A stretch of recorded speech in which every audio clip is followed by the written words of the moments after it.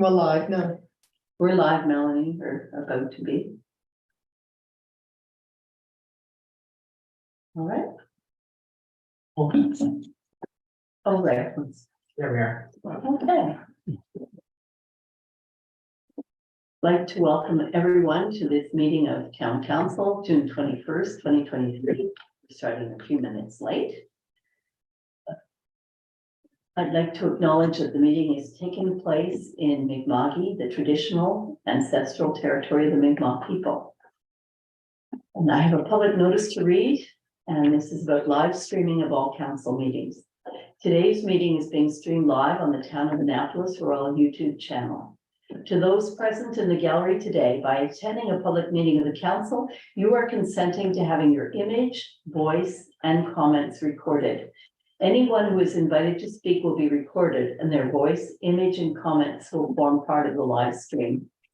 The chair and/or the CAO have the direct discretion and the authority at any time to direct the termination of interruption of live streaming. Such direction will only be given in exceptional circumstances when deemed relevant, hopefully never.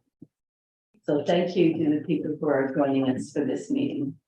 We have all members of council present. I'll call this meeting to order. If there are no additions, there are additions to the agenda, so we'll go through those first. So we'll start with first item will be under, we'll go to the in-camera agenda.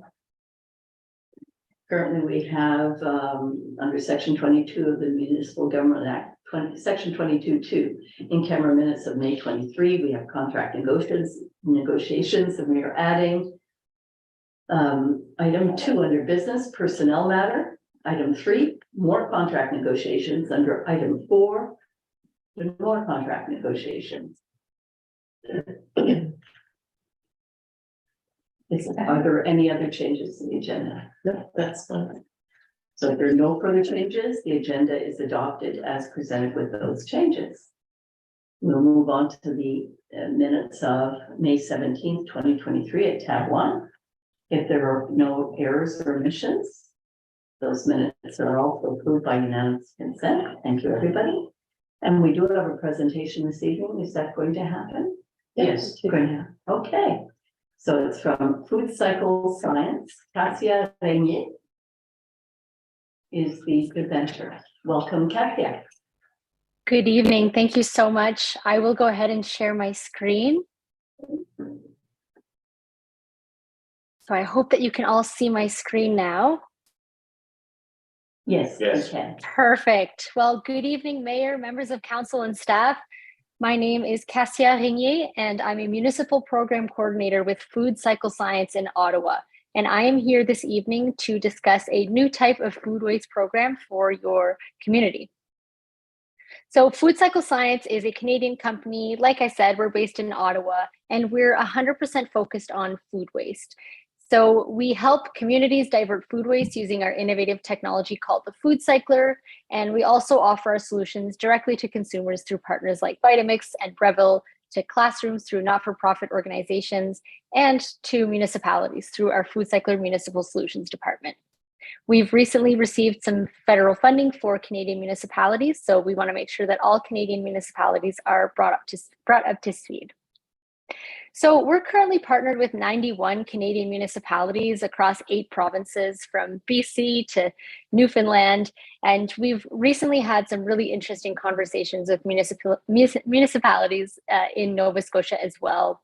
And our partners are really diverse. So many are small, some are rural, and some remote, but all of them face some type of challenge when it comes to food waste. So the problem with food waste is that it's avoidable. It accounts for a large portion of our household waste. It's made up of mostly liquid, which is of course heavy and freezes in the winter. On top of that, when food waste either ends up in the landfill or if it contaminates a green bin program, it's responsible for generating harmful greenhouse gas emissions like methane. And so all of these factors make it so that food waste is a problem that has a really strong municipal impact. And one of these impacts is, of course, financial, but also environmental, like I mentioned. And this is true whether food waste ends up in the garbage or in the green carts. And whether it's in the garbage or in the green cart, it attracts animals. And of course, that's very unpleasant for us, creates odors. And so when we present our solutions to individuals, we often get asked, haven't we solved this already? And as you know, there are green bins or green carts, but participation rates are historically low. There are challenges with contamination. Here in Ottawa, we've had green bins for about a decade, but in the last year or so, only 56% of people have reported using their green bin one time. And then, of course, introducing additional trucks on the road introduces more greenhouse gas emissions as well. Many people in your community might backyard compost, and we think this is a good solution. However, it's not feasible for everyone. Not everyone has the know-how, the space, or even the desire to do so. And if it's done improperly, it can also create methane. And of course, for reasons that I mentioned, we can no longer keep landfilling our organics. And so this evening, I'd like to introduce the Food Cycler. Perfect. So the Food Cycler is an indoor composting alternative. So it's an appliance, and you put all of your food waste into this bucket, a removable bucket, and then you load the bucket into the unit, you close the lid and press start. And in about 4 to 8 hours, so overnight, you're left with this dry soil amendment type product that you can use in your garden, put in your compost pile. It has a lot of uses, but what we see is a reduction in food waste, in the volume of food waste by about 90%. It uses little energy, so it's about a kilowatt hour for the entire cycle, which is about less than $2 per month in utility bills. And I will pause the video right there. And so there we can see the byproduct that the Food Cycler creates. And so it's a process of agitating the food waste, it dehydrates it and heats it up to over 100 degrees. So it eliminates all the pathogens that were originally in the food waste. And so, like I mentioned, we see a 90% food waste reduction in the cycle. And the Food Cycler can be used anywhere where there's a plug. So most people will store it in their kitchen or a basement or perhaps a heated garage. And so in our pilot programs, we have 2 different sizes of units. So we have the FC30, which is 2.5 liters of the bucket capacity, and the larger unit, which is 5 liters, and both process the food waste in under 8 hours. And so the byproduct that's created is completely dry. It's an inert biomass that has many beneficial uses. So most people will use it in their garden soil. Some people drop it off to local farms. So we have some partnerships with some farms. It's great to add into your backyard composting bin, or it can be added to either a yard waste bin or a green bin where it's available. And the Food Cycler, from an environmental standpoint, is a net negative carbon solution. So what that means is, like using solar panels, when you're using the Food Cycler to either avoid bringing food waste to the landfill, or you're avoiding contaminating a green bin program, you're avoiding more greenhouse gases than you're creating in the process. And the same can't be said for other municipal operations like waste facilities or waste and recycling collection services that rely on really large fleet of emitting vehicles. And so in addition to the environmental impact, the traditional method of managing food waste and waste in general is a really heavily burdened system. It has unrelenting costs and trucking, labor, and maintenance. But the Food Cycler is really a decentralized approach to dealing with food waste that avoids all of these unnecessary costs, greenhouse gas emissions from trucking, and improper food waste breakdown. And so one thing we've learned from working with municipalities is that residents are very interested in being part of the solution. Residents want to try new things, they want options, and they want their government to bring these solutions to their communities. And so I mentioned that we work with 91 Canadian municipalities at the moment. So we've completed over 50 pilots, and the rest are all in progress as we speak. The results of the pilots have been overwhelmingly positive. So we have really high participation rates. We're able to achieve a lot of net new waste diversion. Many municipalities have expanded their programs to more households within the community. So Nelson in British Columbia, for example, after 2 successful pilot programs, they are putting a Food Cycler in every home in their city of 11,000 people. They will still have a collection about 4 times a year for those who do not want to use their byproduct in their own soil. And of course, we see municipalities saving on their waste management costs overall. Mhm. And so a few months ago, we received federal funding from Impact Canada's Food Waste Reduction Challenge. And so we're currently distributing this funding across municipalities who wish to launch new pilot programs. And here is the typical structure of our pilot program. So it's a 12-week project. Residents start by purchasing a food cycler at a subsidized municipal rate. They use the unit, they track the number of cycles they complete. At the end, residents get to keep their food cycler, and we ask them to complete a brief exit survey so we can evaluate the program's success.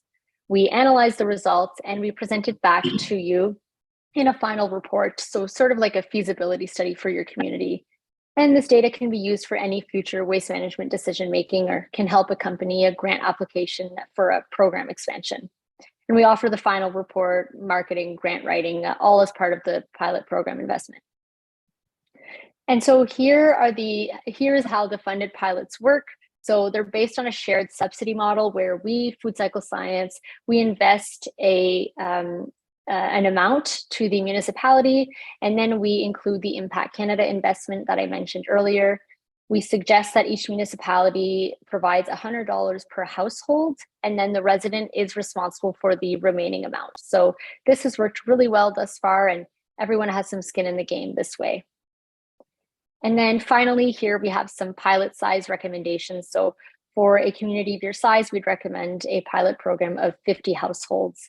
And these are based on our experience so far. And so this evening, we ask that you receive our presentation as information, and should there be any interest in partnering, we ask that you'd refer this to staff for a report and recommendation. So thank you so much for welcoming me. And if there are any questions, I would certainly welcome them. We'll open up questions to the floor. Thank you very much, Cassia. We'll start with Councillor Polly Sanford.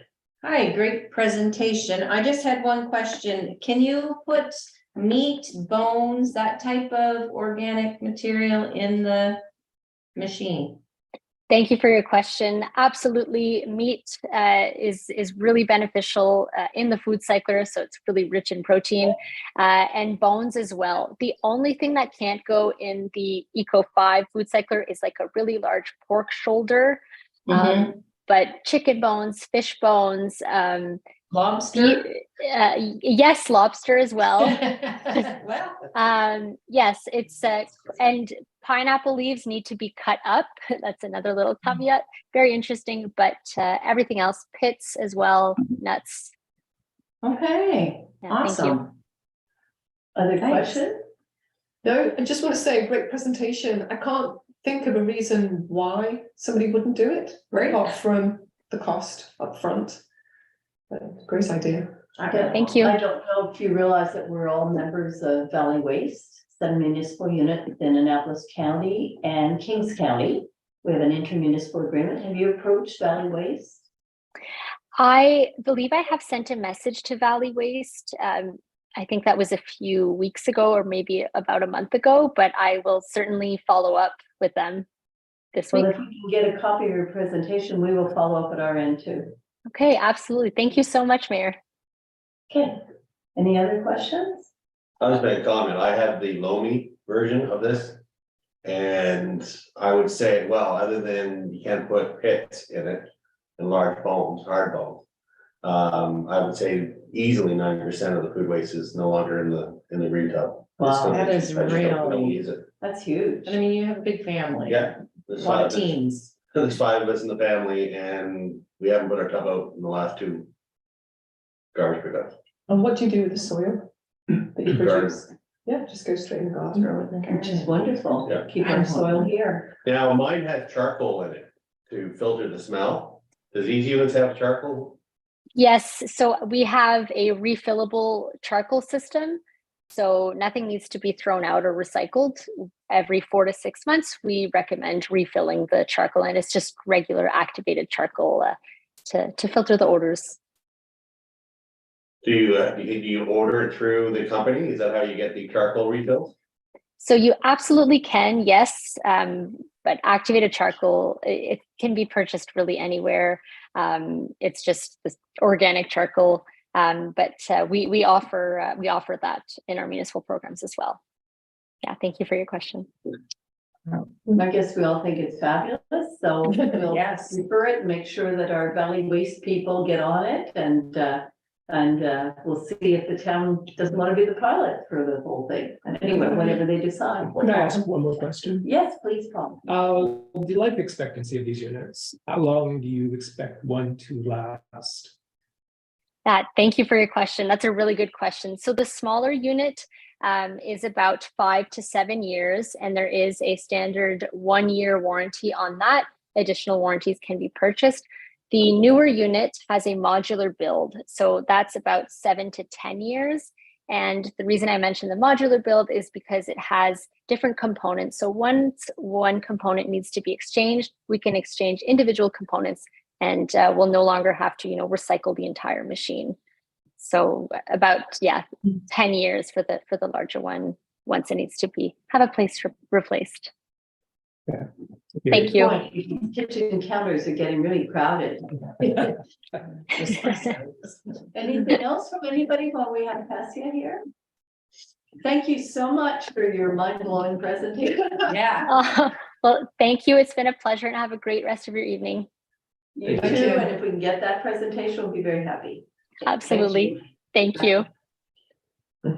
Wow, I think those were a piece of good news is gonna come from it. I think it's a really good program. Wow. Is it loud? Is the machine loud?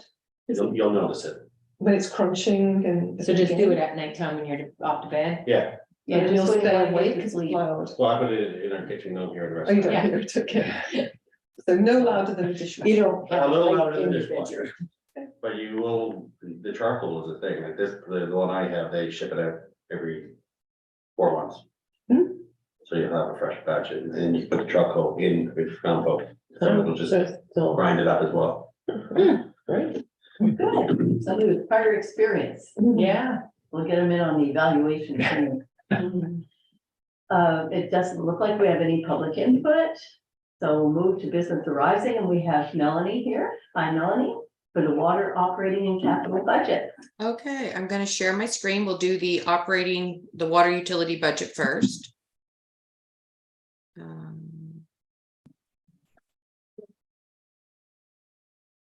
Oh, I have to bring it over here. Can you see it now? No. No, No, we've seen seen the it contents of briefly. your laptop.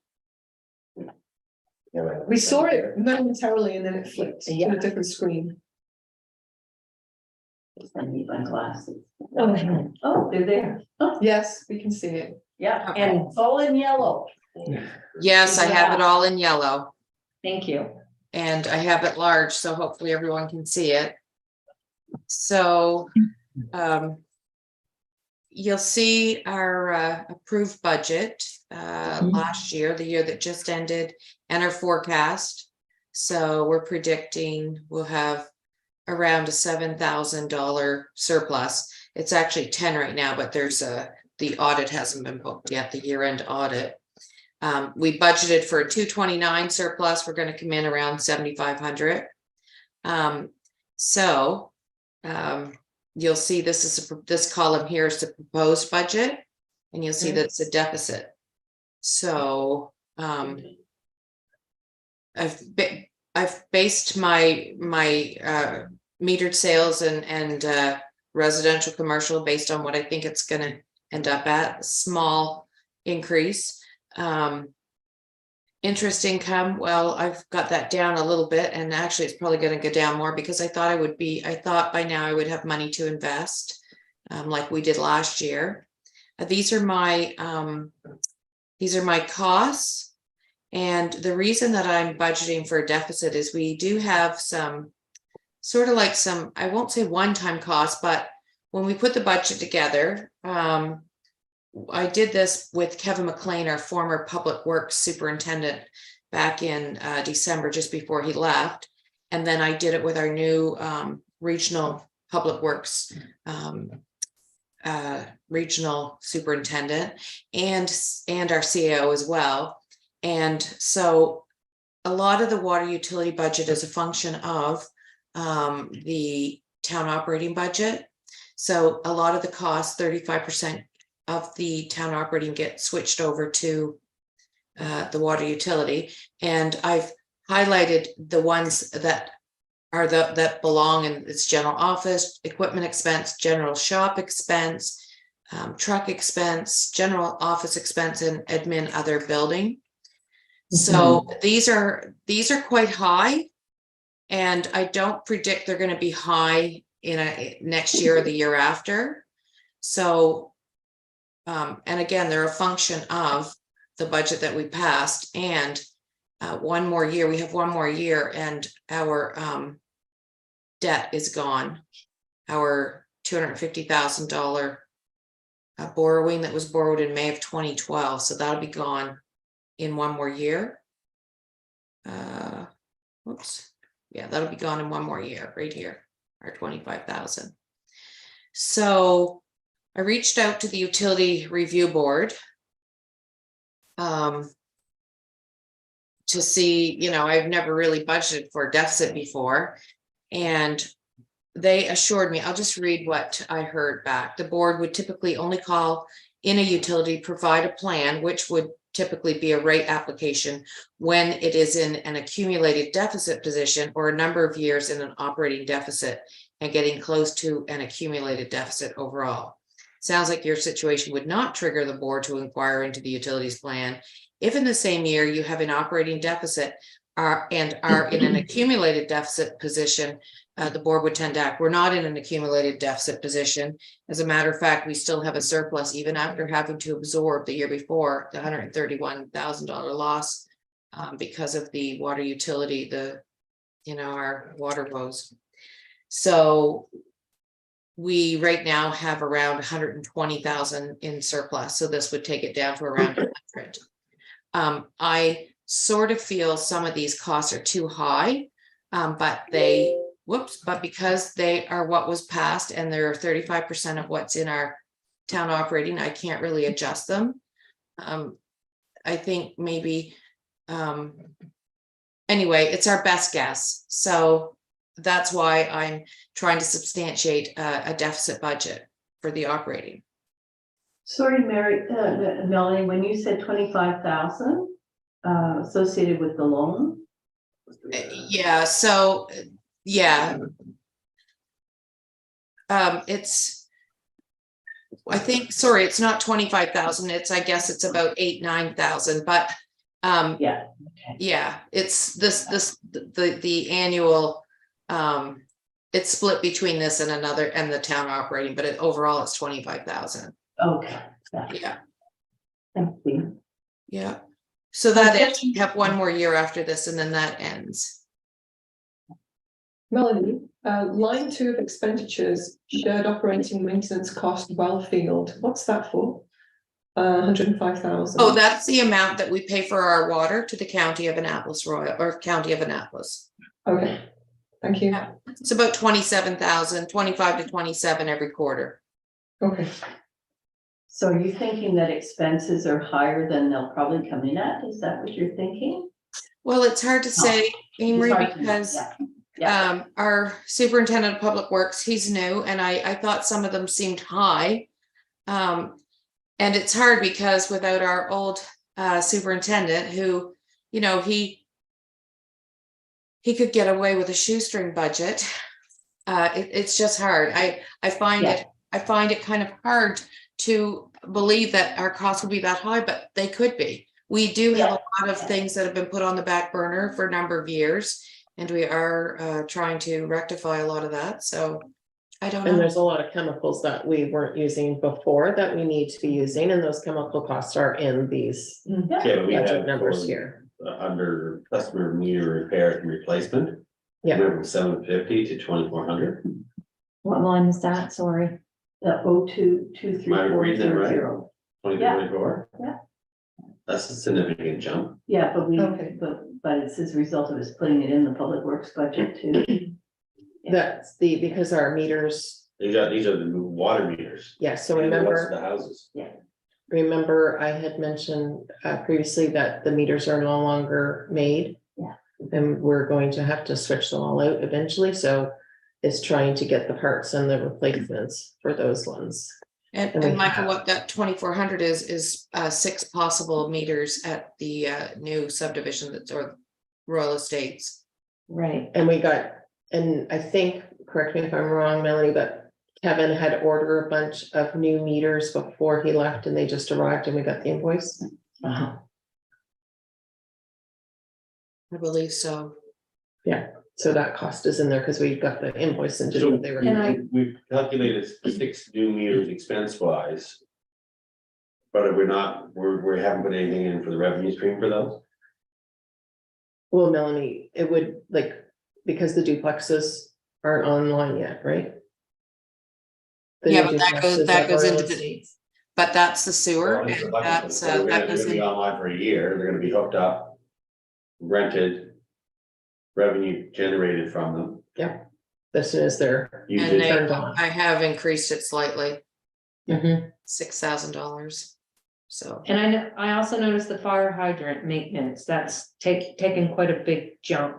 Was they in complete disrepair? So that was to have them all inspected, and there's 4 or 5 that need repairs, new gaskets and oil and stuff like that, so that was the inspection. And how often is that, like, how often are they inspected and looked after? Every year or just? So we flush them every year. Yeah. And kind of look at them, it depends on how much time the guys have, how much time they spend on it. Mhm. So once we have this annual one done, then we should be good for like 2 or 3 years. So next year, it won't be that. That'll go high. down again. Okay, so there's just a couple things that are coming up that are. Not out of the ordinary, but seems to be like a lot of major, like chemicals and the fire hydrants Meters. and the meters. All sort of at the same time, which makes it Yeah, seem, well, it is. it is high. Yeah, Yeah. it is higher. General shop expense. It's up to $3,000. Those are the ones in yellow that we cannot change, Okay. because those were the ones that were passed. They were in Yeah, on the other And end. the other end, correct. So this is the 35 of the percent that you passed at the operating Right. budget. Right, Maybe we'll have a better handle on that by next year. So our costs for this year, for this coming year, are up roughly $30,000. Which is resulting in a $20,000 deficit. Most of that increase, well, there are these little items, relatively little items, most of the salary and administration costs. Now, Melanie, you mentioned that the administration costs you expect will go down. After this year. Did you say that? Or did I mishear during your presentation? yeah, so we have to pass a 3-year budget, so I have year 2 and Yes. 3 here. Here Okay. and here, so you can see what will go down. Otherwise, I've indexed most things 3%. Okay, so there isn't going to be a decrease in administration, so the only decrease really we can expect is the loan that will be paid off. And which the, is roughly $9,000. right, and the general office expense goes down. The equipment expense goes down, the general shop expense goes down, the truck expense goes down. Oh, okay, I referred, those were the things that I was thinking of as. Yeah, the administration. general office expense and the building, Yes. all of those. And then in year 3, the debt is just completely disappeared. So could you explain again why those costs go down, all of those costs go down next year? Well, you can sort of see where we are this year. This is where we landed this year. So we have some one-time fixes, and those that makes like the difference between 11 to 16, 17 here. And that's because some of the costs in the town operating budget, it's 35% of some of those costs get transferred over here. For instance, in this office, general office expense, I can tell you what's in there. Like 35% of the building here, that Sandy and I work in this part, because if the water utility, if the town wasn't here, the town operating, we would still have to, you know, the phone, 35% of what I do is water utility, the same with Sandy. I understand that part, Yeah. I was just wondering why these would be potentially going down in the future. They'll normalize because there's one-offs, and I'm just trying to get to that so I can tell you exactly One-time what. expenses this year, you said, right? Yeah, and looking Yeah. forward, it makes Yeah. sense. Yeah. But you also Yeah. have to realize that your CPI is gonna go up. Mhm. So you can't, so next year you can't expect that all these things are gonna drop drastically, right? Because you're also gonna have your CPI that's gonna counter some of those costs. Okay, Yeah, Well, Well, projects you carry would over some of these decrease. one-off. I'll go back to the meters for one, for example, that's a 4-time hit, but it's not, that one shouldn't drop if we're gonna have to. Well, that will go into your capital budget. So when Melanie gets to the capital budget, you'll see the 3-year plan of probably your 2 and 3 and 4, we'll have to start replacing all of our, So this must have been just buying one of the new houses then. that were coming, that we knew that were coming online. Okay, it's just under the repair and maintenance, it's more of a new meters to be put in for the development. Okay, well, then once they're in, they're in. But basically, it's flat. If you look over the 3 years, it's flat. Yeah, it's just scary when you see that first line. But Then there's when you- makes significant sense. increases this year on one Yeah. kind of flushing of the water hydrants, the install of the new meters, and I don't know why the general shop expense is up, but I guess that's up both sides anyway, So so. lots of tools. And just right? Lots of Correct. Tools to buy this year. quick question, I'm just curious why the superintendent of public works doesn't think it's necessary to put money aside for the storage tower in Wakeel. For perhaps ongoing maintenance. That's a line item, but there's nothing there. Isn't that something we should be maintaining annually? I think it was recently, Inspected. yeah, Okay, recently done. oh, the reason we have that there is because remember, I export and import these and a couple of years ago, we had to spend a ton of money redoing that water tower. Mhm. And Yeah. it could not be capitalized. It was a lot of money. And so that's why that line's there. I can't remove that line. Okay, so it's. We did that. That's good for 25 years now, that storage tower. I'm just Okay. trying, somebody asked about general shop expense, why it's up so high. And I'm just trying to be able to tell you why. I may not be able to, but I'm trying. 24. Yeah, that's almost 10,000. Up $3,000. 24,400. Yeah, I just can't find it at the moment, but I can. I remember we spent a lot of time on it when we were doing the operating budget. So if you don't find it in a hurry, you can get the answer later. But we did go. No, I did, so I've just found it. Okay. So what it is, I'm just trying to see, so shop repairs, they've got $5,000 in there. I think he was going to paint that building. So now I need to go to my general general operating budget so I can see what's in there, but I think that included painting. Do you recall, Sandy? I think it included painting the building over there, 231. No, I thought we took that out. Well, I can tell you right now, so 23180, it's painting the Public Works building and a general hookup in office space at Public Works. So that's what's driving it, those two items right there. That's why that's high. So whether that happens or not, if it doesn't happen in the operating, then it's not going to happen here. But, you know, we had two different Public Works supers working on this, so I don't know. I mean, I don't know. This was the best of that Kevin and Dan were able to come up with. I mean, Well, you're reflecting numbers from the capital budget, right? Or from the, from the town operating budget. Yeah. Yeah. Okay. anyway, do you want me to move over to the capital budget now? Yes, please. Okay, so it's right here. So I always like to know where the money's coming from. So this is just for me really to know where the money's coming from. But right now, it looks like your budget's going to be $797,550. And that's too much. I can't, you don't want to leave your water with like $300,000 at the end of the year. So we've got the rest of the water main saddles, which is $60,000. That has to be done. That's not the rest of them. No, the that's continuation. just for this year. That's 30 of them. Right, okay. Yeah. And we've got fire hydrants, 4 leaks. We've got the SCADA system that's going in as we speak. Mhm. We have an affluent flow water meter that I'm going to recommend we defer that till next year. You can't do everything in 1 year. Is that effluent flow water meter? Yeah. What is- Yeah. Effluent, not affluent, yeah, Yeah. yeah. Yeah.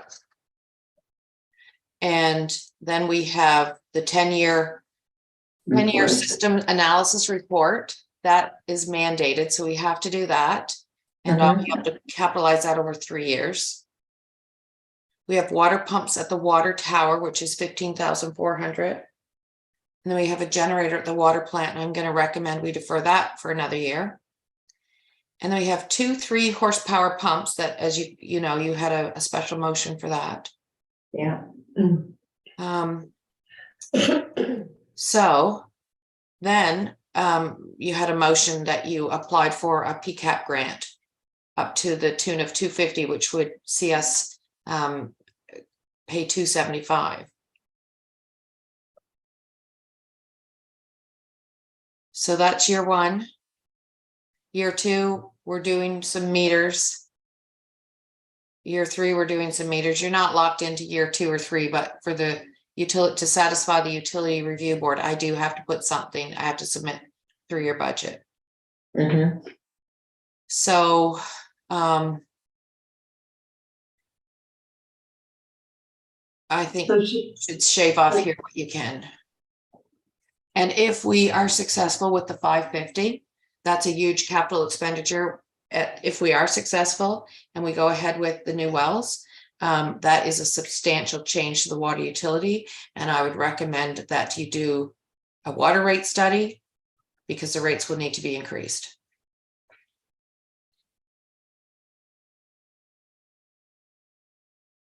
So the new wells, that would be for a secondary water source for the town On this side of the river. on this side of the river. Yeah. Of which we are committed to contributing $275,000 to. That would be our 50% share. So that one's kind of like, if we get the grant, we do it. If we don't get the grant, we try again next year. Yeah. Yeah. So I thought.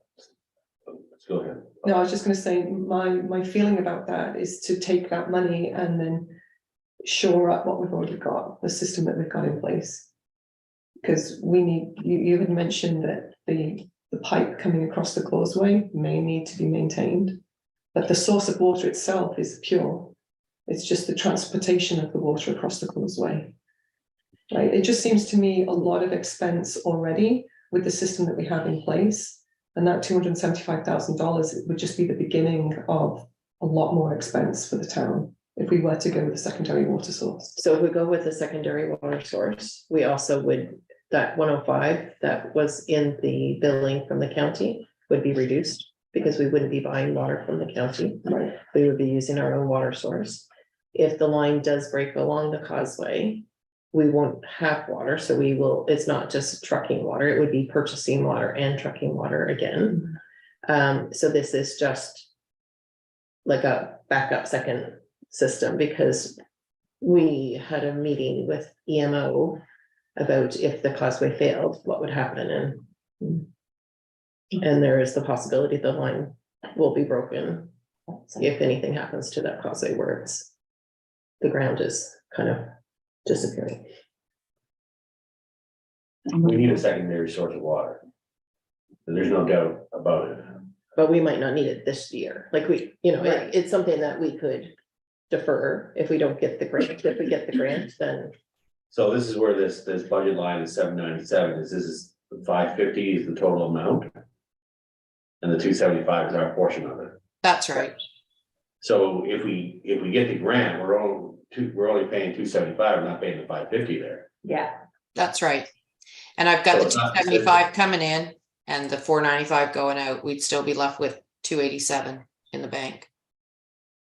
And we paid Yeah. 160,000 for the last water break, the last Yeah, lack of water, Yeah. 160,000. We pay the county over 100,000 for water, so there's that amount right there. Yeah, and that was what, for 4 weeks, 5 weeks, it was a It month. was just a few weeks. Yeah, So it doesn't take long adding No. up when you're in a dire situation. mhm. so when the system is tied in, we'll still be using both systems, right? Or will we be Right. using both systems, or we just Yeah. get the backup to it? How does that work? So from my understanding from the engineer, we would be using mostly, it would be the water, the wells would be trucked into our water tower and we would be using the water from the water tower. And then using less water coming across the We have to county. truck it, we can't pipe it? No, it will be piped into our water tower, Okay. but used from there into the system. Right. So we'll offset what we were buying across, okay. Now we're getting into negotiations with the county. Right, yeah, it may, yeah. The hydrant, the 4 leaks, that 26,400. That's if we have to replace 4 hydrants. So there, I think, Dan said 5,000 each, Melanie. Somewhere around there, so Yeah. we added a little bit for install. But when we get that inspection done, then that might alleviate, we might not need to replace the whole units. It might just be Parts. seals and innards that Yeah. have to be repaired. So So that one could be less. be less. Yeah. What's this generator, the water plant? That's what I was gonna. So the current water system, water plant that we have up there, the generator only operates the 2 water pumps up there. It doesn't do anything Okay, else so up there, you're talking about at the water tower at the water tower, not over, or this is not for over there. in Granville Ferry. Yeah. No, this is our water plant at our water tower. So we have the 2 water pumps that are in there. These are, the one water pump is the one that blew in, I think, April, when we needed to get the emergency water pump ordered there. So that was May. So there's 2 pumps, one goes on, works, and then the next one goes on, and they alternate back and forth. And so the generator up there is small, and so all it does is keep those 2 water pumps moving, nothing else in the plant works. So they were looking to see about getting a bigger plant, a bigger generator, so everything Massive works. generator, 70 grand. Well, That would not not a fish plant. Not really, because we went to tender to try and get a grant. For the comfort center to be at the hub. And our quotes are still like 6, no, the last one was 70. And Yeah, I that know, was for I a know. small, I see a lot of backup generators and the case generators, diesel generators that I see that I have to insure all over the place are 60 to 70,000. And they run an entire fish plant. Yeah. They're not running an office and a few pumps up there, so that to me seems like a way, we have a quote for that. well, you got to go for the top of that. No, yeah, You don't have that's not required for what you're gonna need up at that. well, the quote that we got for the hub is like, our grant was only 42,000, so we can't even. The one that we were trying to get for the hub, we can't afford because the grant's not even gonna cover it. We're having a hard time getting a generator in the amount that we have to spend for the hub. So the one that we got for the hub was just to do the lights. The, The shower is the hot water for the shower, I think, no, wasn't it? Okay. no, it's just the plugins and the lights and because of the propane is the heat there. And that was the 70,000 quote that we got. Wow. And our grant was only for 42, I think.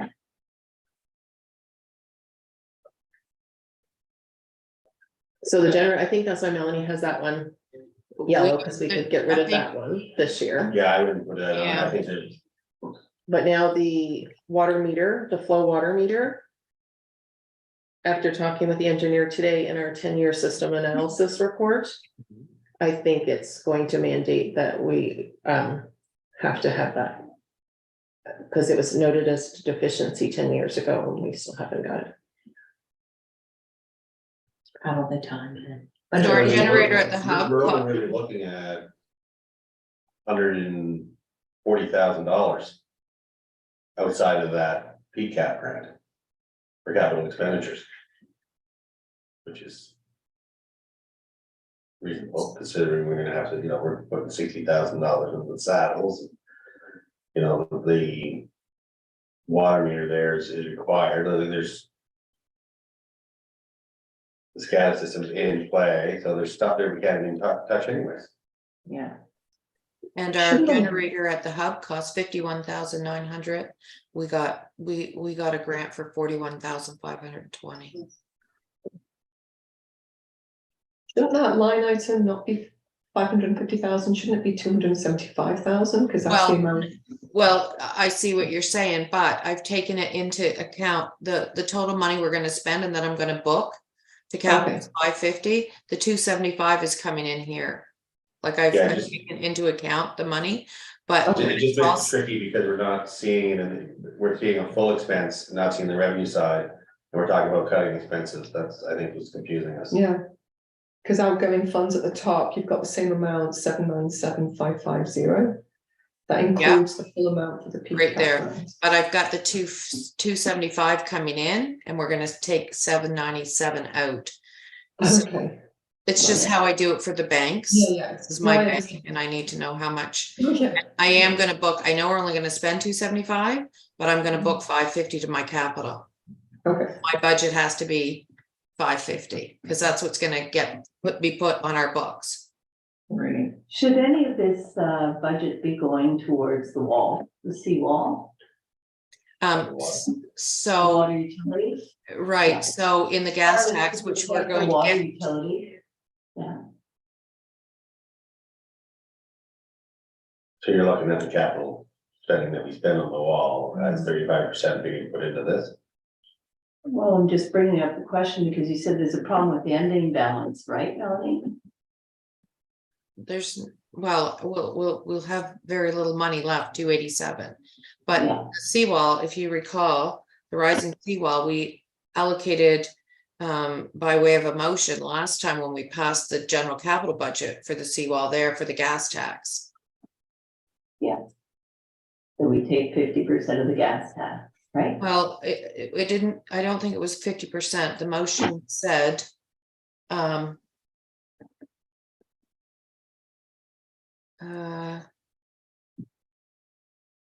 the motion said we would earmark sea level rise project approximately 185.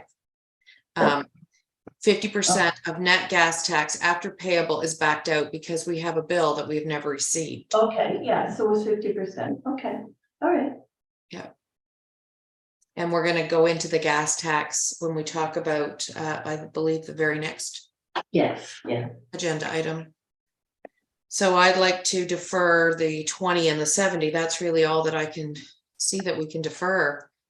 Refer the flow meter to another year and refer the generator, the water plant to another year. When we have, I thought we couldn't move the flow water meter. yeah, we can. These are the two we can defer, these two that are yellow. No, I was talking to the engineer today. Oh, and we can't. Well, it was one of the deficiencies in our last report. Oh, and it's okay, still a okay, deficiency. sorry. So you'll have it on your report as a deficiency. Then we but have when to the do it. Department of Environment comes and sees it, they're gonna say, Yeah, they could just mandate you to fix it now. yeah, Right. fair and enough. not- Okay, But they might let us defer it till next year and fix it, but we okay. could get a letter from them saying that Yeah. it's mandated. So we're just gonna remove the 70,000, We can defer that. defer that a year. Definitely. Yeah. And the fire hydrants, if you Well, yeah, want to play with that number a little, but it's I guess that's fire just, hydrants, right? Yeah. Well, we're budgeting 28, and you're saying if the four of them need to be replaced, that's what's gonna cost, because they're leaking? So that they don't really know if they need to replace Right. because we haven't had the inspection done. So there might they're be seals assuming or something that, that could go. correct. might So be- from talking with Public Works, they had stated that they think it's just seals and stuff that needs to be fixed. maintained. Just maybe take the 70 out and leave everything as is. Yeah, Okay. So we're at 727, 550. plus the 275 in. Sorry, I'm just trying to get. When you're talking 79, 7, 550 out. We do have 275 coming in. So my question is then, if we don't get the grant, are we not gonna go forward with it and then try again next year? Or are we? Yeah. Okay. Yeah, For me, yeah, yes. no, definitely. I was not in favour of moving forward with the grants in the first place, so I'm happy not to even go there the second time around. Because I'm just anxious that if we don't get our grant in lieu of taxes next year, then we're just overspending. This doesn't come out of that. No, I know, but nevertheless, we're gonna be 18% short on our budget if it happens. If we lose the water line coming across and it's like 6 months fix or. Like we don't control maintenance on any of that system coming into our town. And it's been noted for a long time, because I was dealing with options of. I think when I first came on council in 2000, was that they were trying to figure a way to get a second source into the town. Yeah. Because it was, their concern was the causeway, their concern wasn't a failure of the tank, which was what happened to us. But if that causeway line, something collapses there. Floods, whatever, storm hits it, it'll be a lot more than what they had to do on the other one. So Makes me nervous. I think it's prudent that we take a start laying a look at that report in and see if we need to keep well up. I think we should just separate this into motions and do the operating and capital separate. So with respect to the operating budget that you've looked at. Is there a motion to approve the operating budget as presented for the water utility? I'll go ahead and make that motion to approve the operating water budget for 2023-2024 fiscal year. As presented? As And is there a presented. second? The water utility budget. Yeah. The operating budget on. I did the operating. Is there a seconder? I'll second that. Thank you. So we've got two budgets here. We've got a water utility budget and we've got a water capital We're gonna do budget. that one Yes, next. yes. Right. So, are you ready for the question on the water operating? All in favor? Aye, motion carried. Okay, that's done. So now let's deal with the, so there's a proposal on the table for a capital budget with the exclusion of the generator at the water plant in the Keel. So the total would be 727,550. So would there be a motion on with respect to capital budget? I'll make the motion on that. I'll make the motion to approve the water capital budget. With a noted expense of 727,550 being offset with it. With the PCAP grant of 275,000. Fiscal year. For the fiscal year 2023-2024. sorry, we have to approve 3-year budgets. There's 3. Yes, correct. So it's a 3-year capital, it's a 3-year capital budget. So, Okay,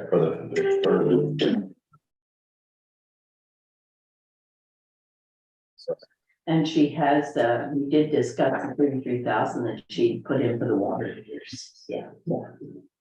So it's a 3 years to 2025, 2026. all motion, so as. And to approve the 2024-2025 year. Including the $33,333. $33,333 Yeah. for 389 water meters. Right. And approval of the 2025-2026. For an amount of $103,333, which is $33,333 for the water meter and $70,000 for the generator at the water plant. I'll second.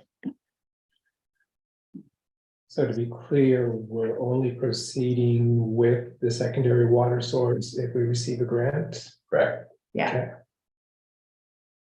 And that needs to be noted somewhere, so we don't lose track of it, even though it's, can't work it into the motion very well. Okay. Melanie, is that clear enough? That one is clear, and the water utility budget has to be the 2023 to 2026 budget. Yes. Okay. Yes. And we have it correctly stated now with that revision. Okay. All right, ready? Yes? Yes, no, I'm ready. Question? All in favor? Aye. Aye. Nay vote? No. Would you like it recorded? Yes. Yes, recorded vote. Thank you. Thanks, everyone. Okay. And Melanie, we still have you, right? Yes. So, now, so for tab 4, Community Building Fund, you're on for that. So the tab in the package didn't work, so you got it sent to you in an Yes, Excel it's sent spreadsheet Yes. separately. Didn't work any better for me. It's all in pieces. Is Okay. it this here? Yeah. Yeah. but All right, that's so the- I'm gonna try to open it up in mine and share my screen.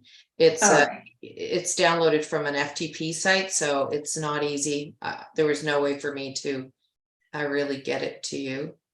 So I'm gonna share my screen again. So you should see it.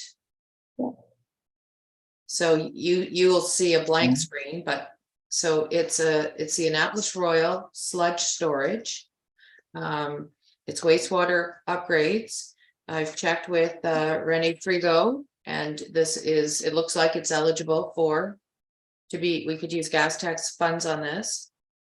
So I know the PCAP grant is a 2-part grant that was applied for. It's the water source, a secondary water source, and it's also part of the sludge. But if in case we don't get the PCAP for that, I put 250,000 in here that we would use from the gas tax. So this is just a pre-construction report. This doesn't commit you to anything, but I cannot submit this until I have the project approved by council. So why was it for 250 when the estimate of probable cost is 212, Melanie? Was that just a buffer or? It's a buffer, and Sandy and I met this afternoon, and it doesn't, there's all kinds of things. I guess this quote doesn't include engineering costs like the tender. We would have to go to tender. And again, this is a quote. It doesn't mean that it'll come in at 212. Our tenders, they usually come in higher than the estimate if we get any at all. So that's Okay. why I put 250. We thought, no, 250 should be good. And so this is to help with the odor Yeah. at the wasteland, at the sewage Yeah. treatment, right? So what, And- so just to be clear, this is $200,000 to help with the odor at the sewage treatment plant. Well, this is So we have to dredge the 2 lagoons. Yeah. So this is probably just gonna dredge 1 lagoon, so this is going to build another lagoon.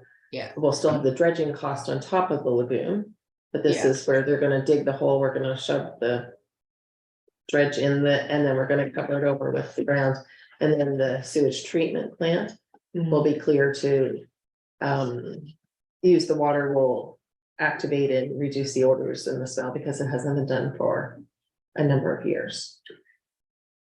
And after this project's done, how often will we have to do this again? The Or- dredging should be done like every 5 to 7 years. Okay. And this That's is just Lagoon 1, so we would also have to dredge Lagoon 2 in another year because it's never been done, right? Okay. And this came from the report the engineers did 2 years ago. We did the report and they gave 5 items. This was one of the items to help reduce that. So every 5 to 7 years, we're looking at $250,000. No, just to dredge it. This is So for- that's what I meant. So this is a one-off and then dredging every It's like, few years. I think we got a quote for like 80 or 120 to dredge. On top of the 200. Correct. And And the the 200 is just dredging? to build the hole, right? So So- in your package, you'll see the design of Yeah. the the hole that will be dug Mhm. with the fence around it to protect. Yeah, So that's something else that has to go in the strategic plan, right, to capture the fact that repeated dredging. So the only reason we can use gas tax for this and not the dredging itself is because this is a new lagoon. Mhm. Capital item, so because we wanted to use the gas tax for the other item, but we couldn't to dredge because that's maintenance. That's just routine Right. maintenance, so that's in the operating budget. Now, I do want to let you know as well, I'm looking at a spreadsheet now with our gas tax, and right now we've got about 467 in that bank account. I know there's 60 some coming in. So if we spend, let's say we do spend 250, and then I've got to keep 135 for an invoice that I have never received, that leaves 135,000 left in the gas tax. So, you know, I planned on investing $500,000 of the gas tax, $500,000 of the capital water. I just want you to know, like, I won't be doing any investing this year. No. There's no money to invest. Well, couldn't you just invest 135,000, there's in. Oh, I could short-term? invest 135,000. I absolutely can, but it won't be like the 1.85 million that I invested last year. Every little bit. Well, Oh, yeah, no, I will, I'll do a small and I'll pass it by you and everything before I do, but it won't be anything big like it was last year.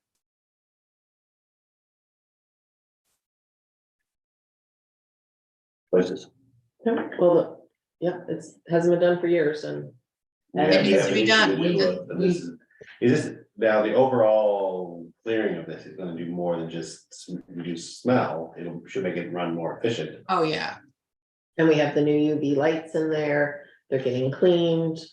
The solar panels are With it. going in, that was covered by grant, $250,000. That was a 250,000. Yeah. And this new lagoon is just for the sludge, it's not an actual operating lagoon. That's like the right. other two. Mhm. But it won't be stinky. No, it was identified in the strategic plans, a chronic and recurring problem. Yeah, yes, no, I know, we do get several complaints. And beyond, Right, so yeah, like if it yeah, was in no, your well, backyard, you wouldn't want to be. It exactly. is in my backyard and it is it's a concern. Yeah, So we've explained the discrepancy of why the motion is worded as 250,000. Do we have a motion? Yeah, I can approve, that council approve the community building fund pre-construction report for the Annapolis Royal Sludge Storage Project with the estimated total project cost of 250,000 for the 2023-2024 fiscal year. Is there a seconder? I'll second that. You ready for the question? Mhm. All in favor? Aye. Aye, motion carried. Thank you. Okay. That was an important one. Yeah, really important. And we'll move on to seasonal business reduction. The next item on our agenda. there's no time for that, there's just a motion. Yeah. We have the motion. It's in the extra ones. Yeah, it's in your email. Oh, is it one of the ones in email? Yeah. Are you just reading, or you want one of us? Go ahead. You got it. Yeah, great. Seasonal business reduction, the council approved the provincially mandated seasonal business reduction for 2023 for the following properties. Roll number 92274, an amount of $3,524.80. Roll number 1408402, an amount of $955.20. Roll number 2466988, an amount of $3,190.40. Roll number 3144577, an amount of $1,866.40. Roll number 4542975, an amount of $3,408.80. And roll number 4032829, in the amount of $1,175.20. Done. I'll second that. And Ready then, for the question? and then Melanie can maybe explain it to Paul, because Paul's new. Oh, yes, go ahead, Melanie. So any rooftop accommodation in the town or like a campground or a restaurant that is not family owned they can apply to Property Valuation Services Corp. And they get a discount. So the commercial part of their building, they can get that taxed at residential. They have to be closed for 4 months, 4 consecutive months. Okay. And this is provincially mandated according to the motion? Yes, and I'm happy that's in the motion. It explains to We people really that, have no say. yeah, the province has mandated this. Some would call an incentive to close because people are not being incentivized to remain open. Mhm. I mean, it's good that people are applying for it. It's their right to apply for it, but it's not incentivizing people to be open. Yeah. Yeah. Okay, are we ready for the question? All in favor? I, Aye, motion carried. Thank you. Yvonne. Next. Yes, we're gonna cut over with Melanie, I believe. We're gonna move to, just jump over to, recommendations from committees, boards and commissions for a moment and deal with motion from the police board, I believe, for some discussion. You're not doing the other two? It's on the agenda. I'm sorry, which motion was that? Yeah. Page 3. Page 3. Oh, okay, that's why I'm not seeing it. Yes, it was a table motion, Board of Police on page 3. That's right. And we'd asked our Director of Finance and CAO to provide us with Right. further information on the whole issue of reserves. Okay, so. Okay. Sandy, do you want to go first or do you want me to go or? Well, I did not attend the last Board of Police Oh, Commission okay. meeting, so. Okay. Do you want just my thoughts on this? should get the We motion. should have a motion up there for discussion. Let's put the motion out. Yeah, Okay, well, I'll move that council approve the creation of a police department capital reserve using 30% of Triton revenue. Any disbursements from reserve funding must be approved by council upon the recommendation of the Board of Police Commissioners. I'll second. so. Go ahead. Mel. So I reviewed, I went to GFOA, which is Government Finance Officers. I went to that conference several years ago, but I looked at their best practices, and this is not in line with the best practice. Your reserves, they go to keep the tax rate even year to year. You don't earmark them and say, we're gonna put it to the police department any extra. And as you know, this is probably the last year we're going to see our Nova Scotia Power Grant in lieu of tax. The money should be used for whatever is more urgent. I'm not saying that the police department is not urgent, but we have spent, I think, 172,000 in the last 2 years in renovations. We didn't. When we bring in more money in detransfer, we don't say that's for admin, or if we bring more money in marketing, we don't say that's for marketing. It's just, it doesn't go with the best practices. And furthermore, the Board of Police really shouldn't have any input in your operating budget, like other than the police portion of the budget. The MGA is clear on that, the Municipal Government Act. That's my 2 cents. The decision is ultimately yours. And I'll leave this in my mail slot if anyone would like to look it over. It's the operating reserve and accumulated surplus, what should be done with it. Best practices. This is a reserve incentivized by police department generating funds. It's not a tax, it's not a transfer. We're only getting these funds because they're generating it through the Triton system. Mhm. Now, Mark gave us an example that Bridgewater has already set themselves up with this. And they have a reserve set up in the Bridgewater for the police department. A portion of that of their Triton funds go directly to their reserve for their capital. So it's a little different than I think what you're talking about with regards to all the other reserves that are generated by either a tax or a transfer. It goes into a general pool and you use it for what is most needed, not earmarked for the police or the admin or marketing or. I think that's why the recommendation was for 70% of the funds that come from the Triton to be put into the general fund. But the earmarking of 30% was to set up a reserve for their capital side. And only capital. And Only capital. capital, and it would still go to council for any, you know, when they wanted to use it, Well, it still would ultimately go to council. An for example would decision. be getting an EV car. Was given out on the last board meeting, and so we already have capital reserve set up for the next future police car. We already So have there those was- capital reserves set up. So if they had, if they said, okay, we're recommending that we take $10,000 out of this assigned reserve and put it towards offsetting the additional cost of getting an EV car, because that's what the board would like to recommend, and it's up to council to decide, yes, that's a great idea. And there would be pros and cons for both sides of it. It's more expensive, but there's the cost for maintenance and fuel are gone, so.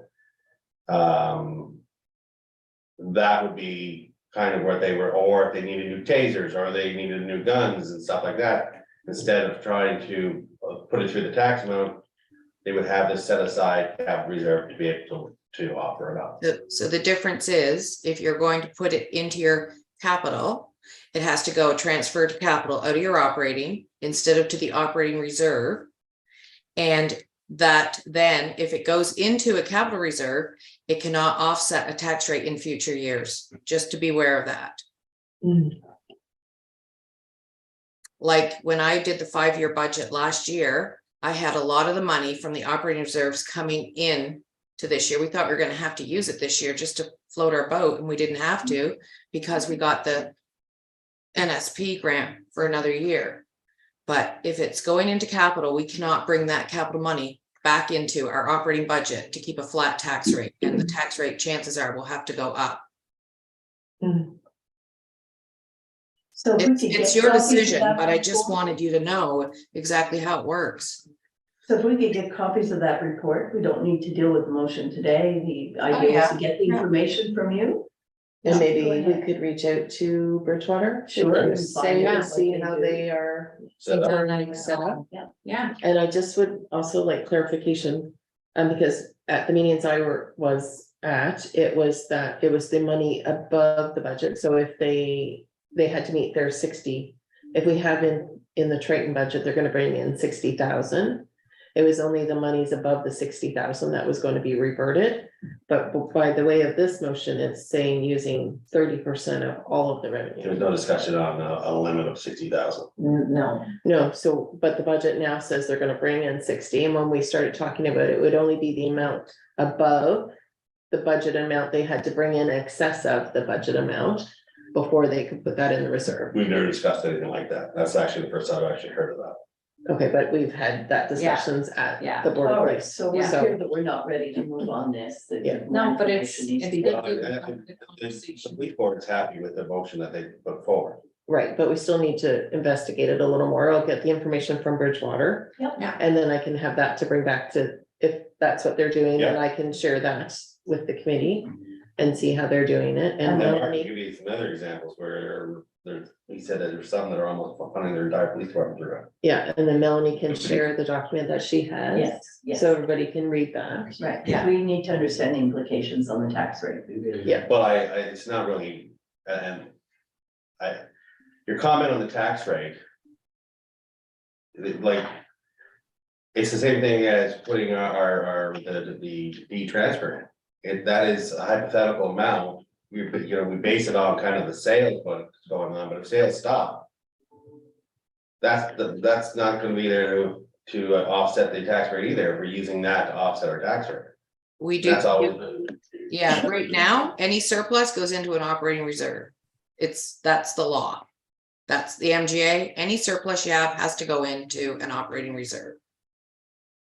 Fair. So in that case, if our DFO is suggesting that having a police department operating reserve fund is not compliant with the MGA, But the that's, conversation ends now. but that's not true, because we have a capital reserve. So her comment of saying, if we have a surplus, a certain amount is already taking out of our operating expenses, put in our capital reserves, correct?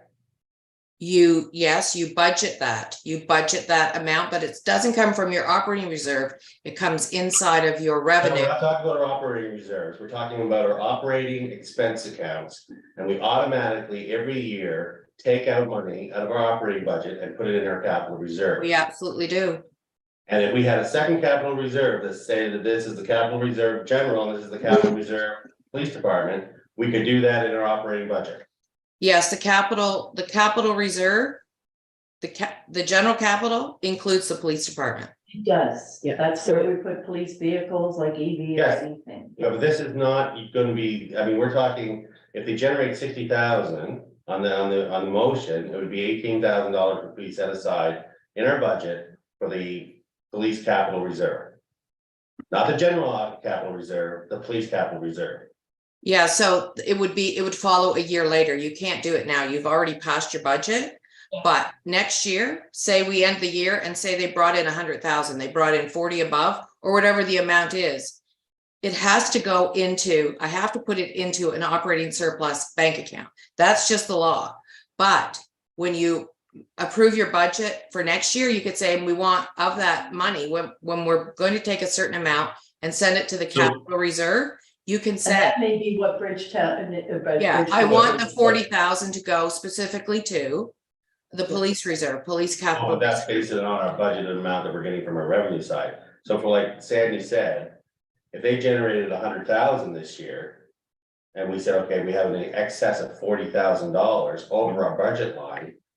Can we not assign a portion of that to a capital reserve? You can't in this year's budget, but you can in next year's budget. Next year's Yeah. budget, you And would, that may be. Any what the- surplus, all surplus has to go to an operating reserve at the end of this fiscal year. and then we would know. That what says the amount for the is. And we didn't MGA. budget anything this year for a capital. We have to wait till next year. Yeah, so you know how much you're over the 60, But that's, and then you yeah, put it in. but the just going next back budget. to Paul's note, that is all approvable by the MGA, what we're talking about, correct? Yes, it is. Reserve funds, yeah. Okay, All Like, right. the amount you chose to send over this year was 194.5. You Yeah, know, that's based on it our should be budget. 10%. based on the sales, We have a So number. agree that we're going to get a bit more information. Yeah. Get it out to everyone, Yeah. take our time. Yeah, Yeah. there's time. There's Okay, time. all right. So I just want to note that it'll be tabled again, but as Robert rules, if it's not done by the second meeting, then the motion is dropped. Okay. So that's why the first motion from in May was dropped. So that's why the new motion is forward, right? Okay. Following the process. So this motion is good until the next council, and if Right. it's not dealt with, then we'll have to make another motion again. Okay. So restart it. Get the we'll get the homework done. Thanks very much for your work on this, Melanie. Appreciate it. And is that it for the items you're involved in? I thought, maybe not. I thought we were gonna talk about the request for decision water on off. Oh, that one I can Yes. do later. That one's Okay. fine. And then Yeah. the request for decision, the flood risk, you don't need The me for first- that either? Yeah, Okay, so great. All right, so we can move to the Okay. FIP, which I believe is next, is it? Yeah. Okay, well, the FYI. flood risk infrastructure investment program. tab 5. Oh, Yeah. man. So the FERC grant we got in 22-23, and we asked for an extension because we couldn't get the report and all the stuff done that we were looking to do. So at the public meeting, it was mentioned that maybe we could do some geotechnical drilling and a report. So if we move forward with that drilling and we can use the FERC to cover the 50% of that cost. So looking for a motion today that council approve that the AIM network move forward with that drilling. And the amount was, 22,000. yeah. Yeah. was the So it'd be 22. 11,000 to us. Yes, And we have that set aside. no, it's not in the budget, so when we did the budget, we only put the 50% of the expenses in there, we didn't put in the matching. So by giving the motion for the 22, that will cover the difference between the the grant and our 50% portion. Where's the that we 22 have. coming from? Us. We're paying to have the geotechnical drilling and a report done for AIM so they can finish their draft report that was sent to the public for the seawall. And it was gonna include doing the staging processes of the wall, and then this would give them a better idea of what is under the rocks and the shore there and how expensive it is going to be to build the wall. So can you Us. just, Sorry, but ask how, where out of us, like, we have budgeted for this, like you said. Right, Or so half of it, the grant is worth 11,000, Yeah. there's 11,000 left. Our share to match it would be another 11. So that's the, Hmm. and we're taking it out of, So we did have in our budget, our Nova Scotia grant loop came in higher than expected this current fiscal year, so that will cover the 22. okay, that's all I was asking. Though I am looking for a motion for 22, not 11. okay, all right, I just have one question about the seawall. I know we had the public input and there's been a lot of discussion, but is that the only way we're looking at the protection? Like, is that it? Just the seawall? Is this like This is just, finalized? no, Like, this is just. cause to I'm a get bit the- nervous about that. I This gotta is be just to get honest. that report finished. Okay, So, That's just the report that we need to move forward to the next steps of Mhm. applying for more funding. there were other options that were given during the public meeting. yes, yes. One was, of course, the dike system's coming up. Rebuilding the dikes. Well, that actually, have having been- them have the ability to open them up, the dikes, Mhm, to lessen the water volume, which yes, I thought was a great idea. Nobody looked at it, and No, Ducks Unlimited, we had the meeting with Ducks Unlimited. And at first they thought, oh, we could do all kinds of stuff, and they realized we can't. That it's just not Ducks feasible. Unlimited. Yeah, Ducks Unlimited were involved because they handle all the issue of the marshes. We looked at water collection down by Allen's Creek and other things, other options. So penetrating the dikes was not believed to be an option. There'd be an opening for the boat haul up there, that was always foreseen. No, when they were commenting on it, it was like Brown's Flats. And being able to have a system where you could actually open that up to take the flow off the basin in the Brown's Flats, for example. Now, I'm sure there's a slew of issues with that. But there's also farmland all the way up that you have to decide what you're gonna lose, the town or farmland, right? So Mhm.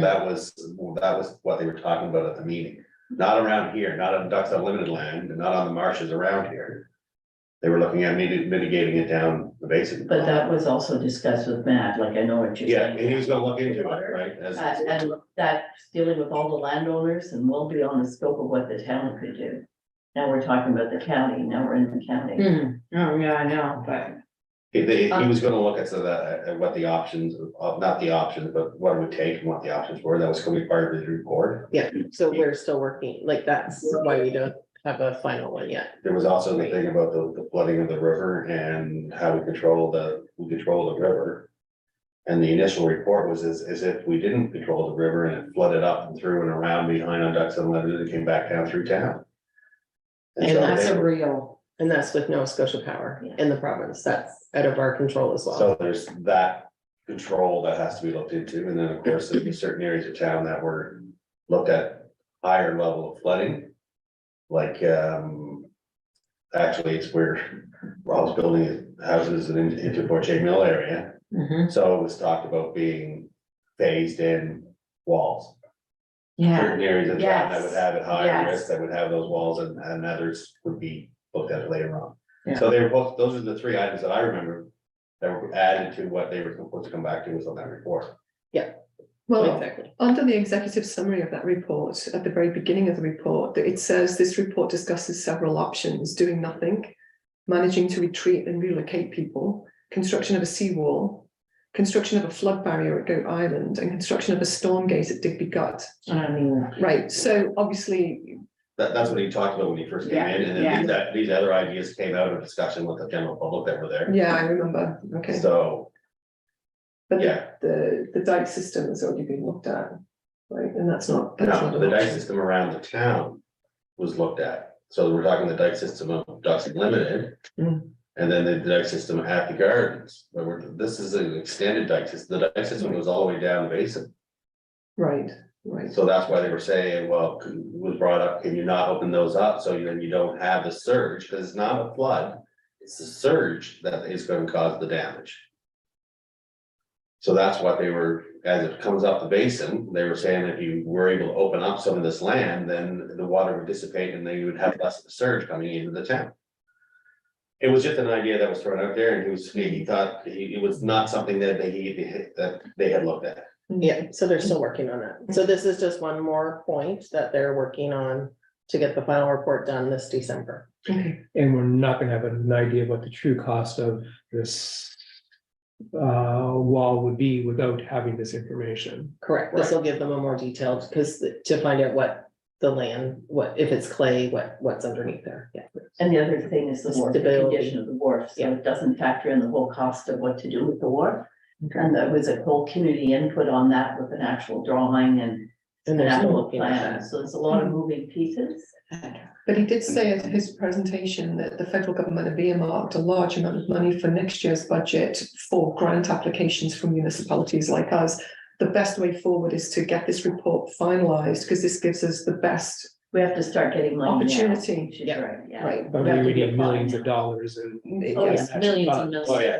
yeah. Yeah, We know we need billions. Yeah, and we've been working, like, Amory and I have been attending meetings with other people besides just Matt to try and figure it. Right, The right. plan and the Yeah, different grants and. And we did get a copy of the contract with Nova Scotia Power for the construction of the causeway, and the Word and I have written about the causeway. Mm, And the province realizes that they have to give us an answer for what's going on with the causeway, because the causeway's condition is also a piece of this, because we don't know what's under. Mm. There's too many moving parts to this already. right. No, I just had reservations about agreeing to something that I'm not really comfortable with. Yeah, these are investigations. Wow, So these are okay, maybe but I'm better- okay better with ideas. the Yeah. investigation. there's a lot of hurdles to go through Yeah. building a wall. Yeah, I'm not quite there yet. Don't wanna lose that view behind your place? It gets a little bit further in terms of investigations, if you agree with it, Jess. So if, we don't have a motion on this. but Yeah, there is there is in our draft motion that council approved that AIM Network move forward with the contracting of the geotechnical drilling along the boardwalk for input in the final report on a seawall project costing. So Do I have a 11,000. seconder? Should we put in with Cost. with the cost of $22,000? Yes, yes. Should definitely have that in. So I'll second that. I have a quick question on this. So this states that it's drilling along the boardwalk. We're not drilling along the lower St. George, we're not drilling in front of Fort Chain Mills, none of that area. I think they're starting at the boardwalk and they're gonna do so many test holes, so So maybe it shouldn't say boardwalk, it should just say water frontage. maybe, yeah. Mm, Let's take the word boardwalk out, because then that And is, the boardwalk itself was infill. yeah, We have all the details of that. I can talk to. We should change this to Yeah. geotechnical investigations. Yeah. yes, along Geotechnical the water. investigations. along the water front, yeah. So I'm just wondering if it's needed where we know that's really something. to and not, have and a we'll move it over to conversation where we don't. Yeah. If you have information on what's, we have already, we can Please. apply that to the engineers. I will reach out to, with. Yes, well, I mean, Donnie Brown was there to build it and Paul was the one that designed it, so. And then he's the engineer that they would have. But to did do they that. actually do drillings then? Well, I'm gonna have to ask them. I'll ask them and see what they did for test holes when they did that. They would have to have They done would have something had- because they would have had to know what they put on to make it work. So I'm going to suggest contracting for geotechnical investigations along the waterfront for input. Yeah. That would be my suggestion. and with the price of Of 22,000. And yes, with the price to 22K, and do we have a mover saying, and okay with that amendment? Are you ready for the question? Aye. All in favor? Aye. Aye. Do we hear from you, Paul? We did, yep. Oh, okay, all right, okay, so, motion carried. Okay, folks, that was good. Important, another important one, what isn't important on this list, but Yeah, that one's a really, yeah, it's a big one. it's a big one. So now we go back to motion one, I think, do we? We're back to our agenda or? Yeah, Yeah, The top. the regional. so library. actually we go back to, regional libraries, yes. And, thank you for the information on what the job entailed. And this is another one of these burning files because of how much money we're paying. Yeah, What should we pay? Roughly. Oh, my goodness. No, I don't have it on my head. Melanie's just left. Okay. Sorry, For a library, yes. I think this is part of it, Paul, is if somebody needs to go through and we need a comparison of what other units are paying. There's a formula, Okay, but we feel that we have a very expensive library in terms of its expenses compared to everybody else. But you're right, all that work needs to be done by somebody. okay. A lot of math needs to get done. So is there anyone willing to take on the mission?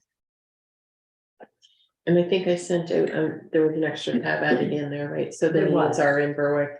Yeah. They do pay mileage. Yeah. We've missed, so there, the next one would be August or September 21st and November 16th. I have also talked to Julia, the new CEO of the library, and I have set up a meeting on July 20th, 11 a.m. here. So whoever is going to sit on the board, I'd like them to attend that meeting with them. And we're going to start conversations about the money that was given to them, and I sent her a copy of our MOU that states that any money received in donations or bequeathments would be approved by the town and the regional library board, which has not been done in the past, so we'll be bringing up that conversation. The agreement is not being honored as far as we're concerned. Yeah. So do we have anyone who's willing to serve on this really important file? I am willing to. Oh, lovely. thank you, Paul. Well done, thank you. This is lovely. Phew. That'll be So, competition. so we need to move an appointment. I move that council appoint councillor Paul Weir to the Annapolis Valley Regional Library Board for a term ending October 31st, 2024. Do I have a I'll second? second. All in favor? Aye. Right. Aye. Lovely. Thank you. Congratulations on your appointment. Oh, thank you. And we've got background information that we can give you. Yeah, and I'll send an invite for that July 20th. Lovely. Thank you so much for taking that on. All right. Next, under new business, we have item 1 and 1 item only, request for decision, water on, off charges.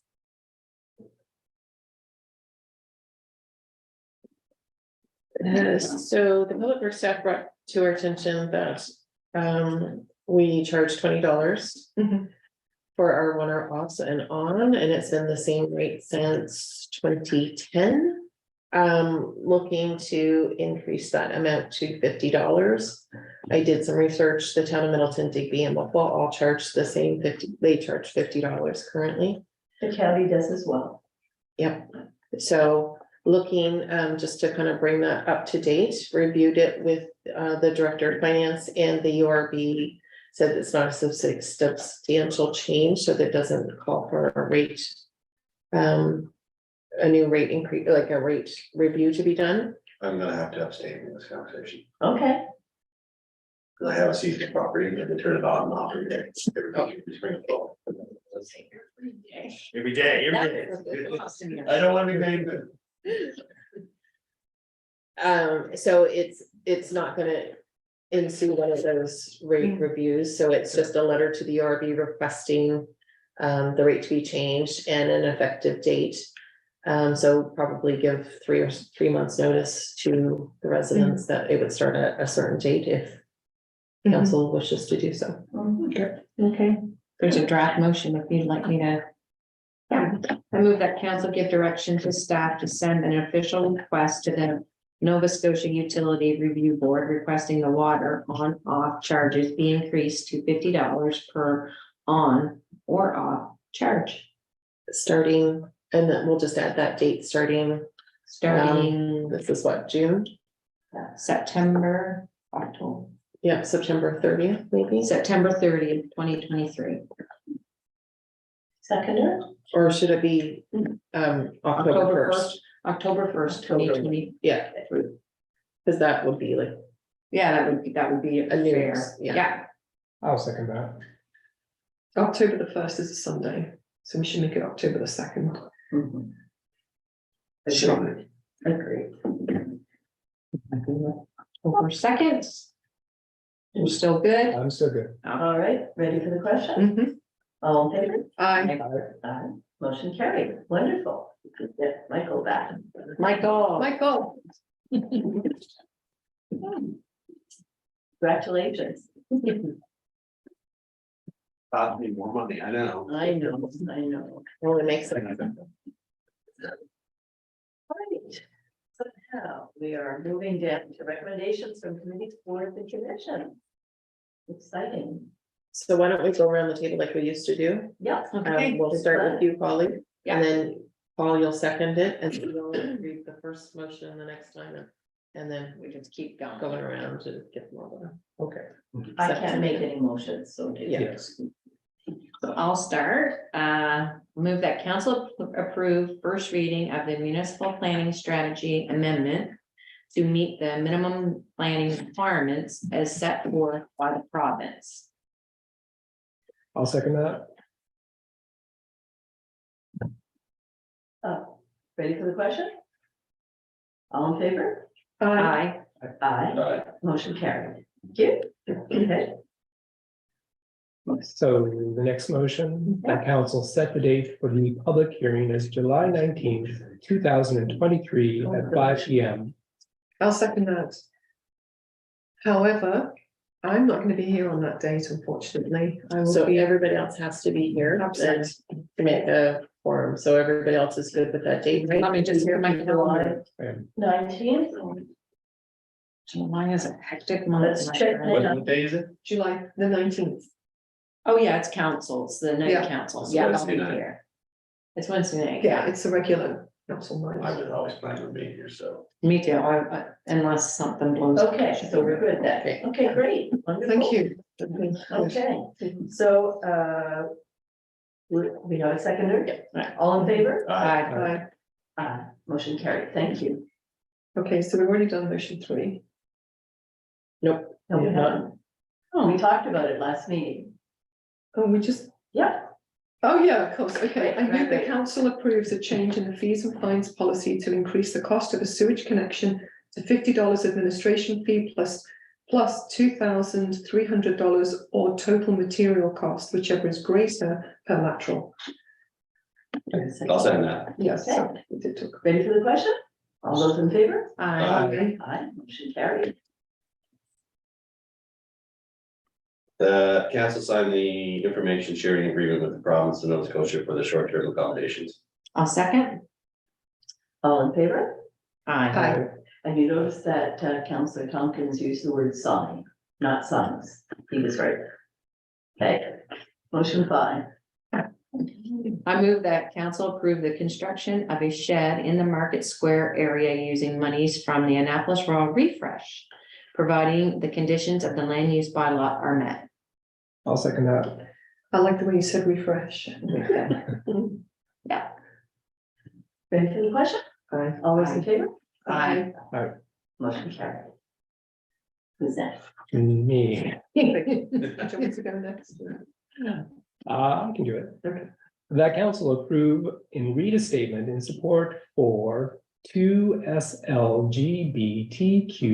SLGBTQIA plus persons for National Pride Month at council meeting July 21st, June 21st, and the town's annual Pride event.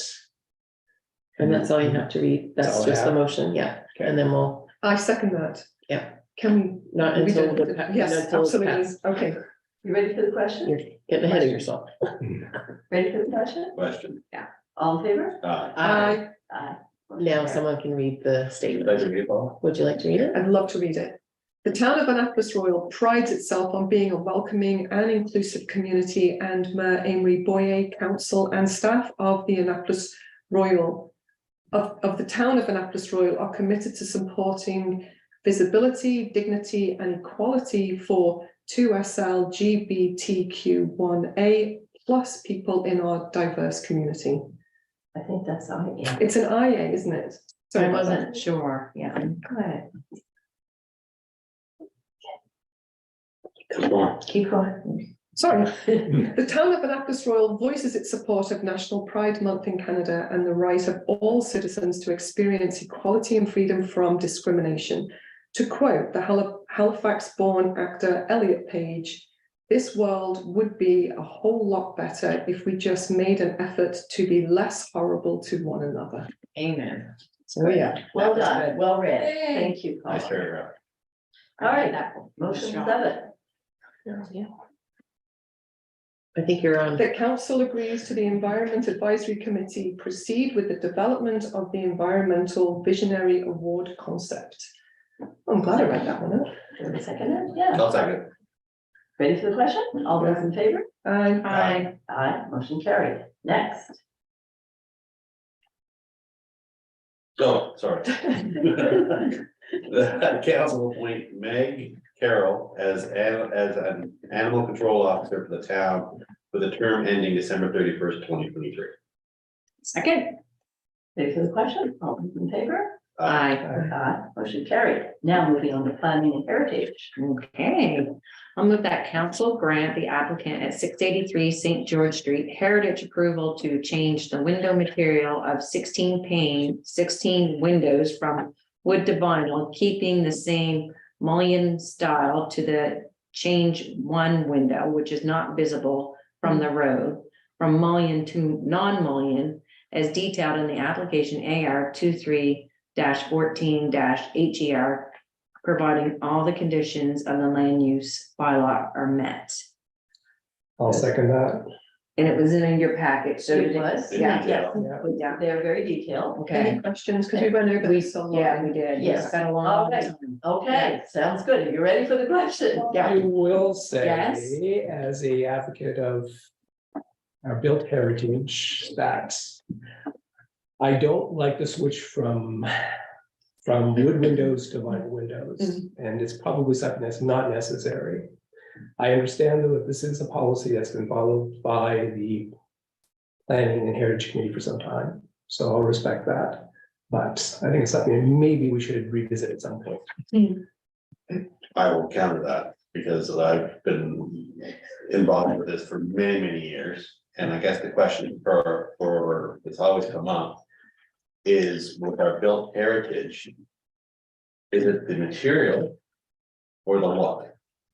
So when you're driving by this property or walking by this property and you see 6/6 windows, are you saying that look is what we're protecting? Now, I've not done on this property yet. Or is the material that is wood? Now, this particular house is only plaqued because it was a unique property and no heritage value. Had a unique and well-maintained yard. So you look at the form that was done in town hall, it got a 56 out of 100. So it got 6 points over the 50-point range, and that's why it's plaqued. So The material and the necessity. So the necessity, when you have a good wooden window with a good storm window, is just as energy efficient. go ahead. I'm just gonna state that any of the decisions that we do come to, and trust me, they're lengthy. That window, for example, can be changed back to wood. Like, we're not taking something that can never go back.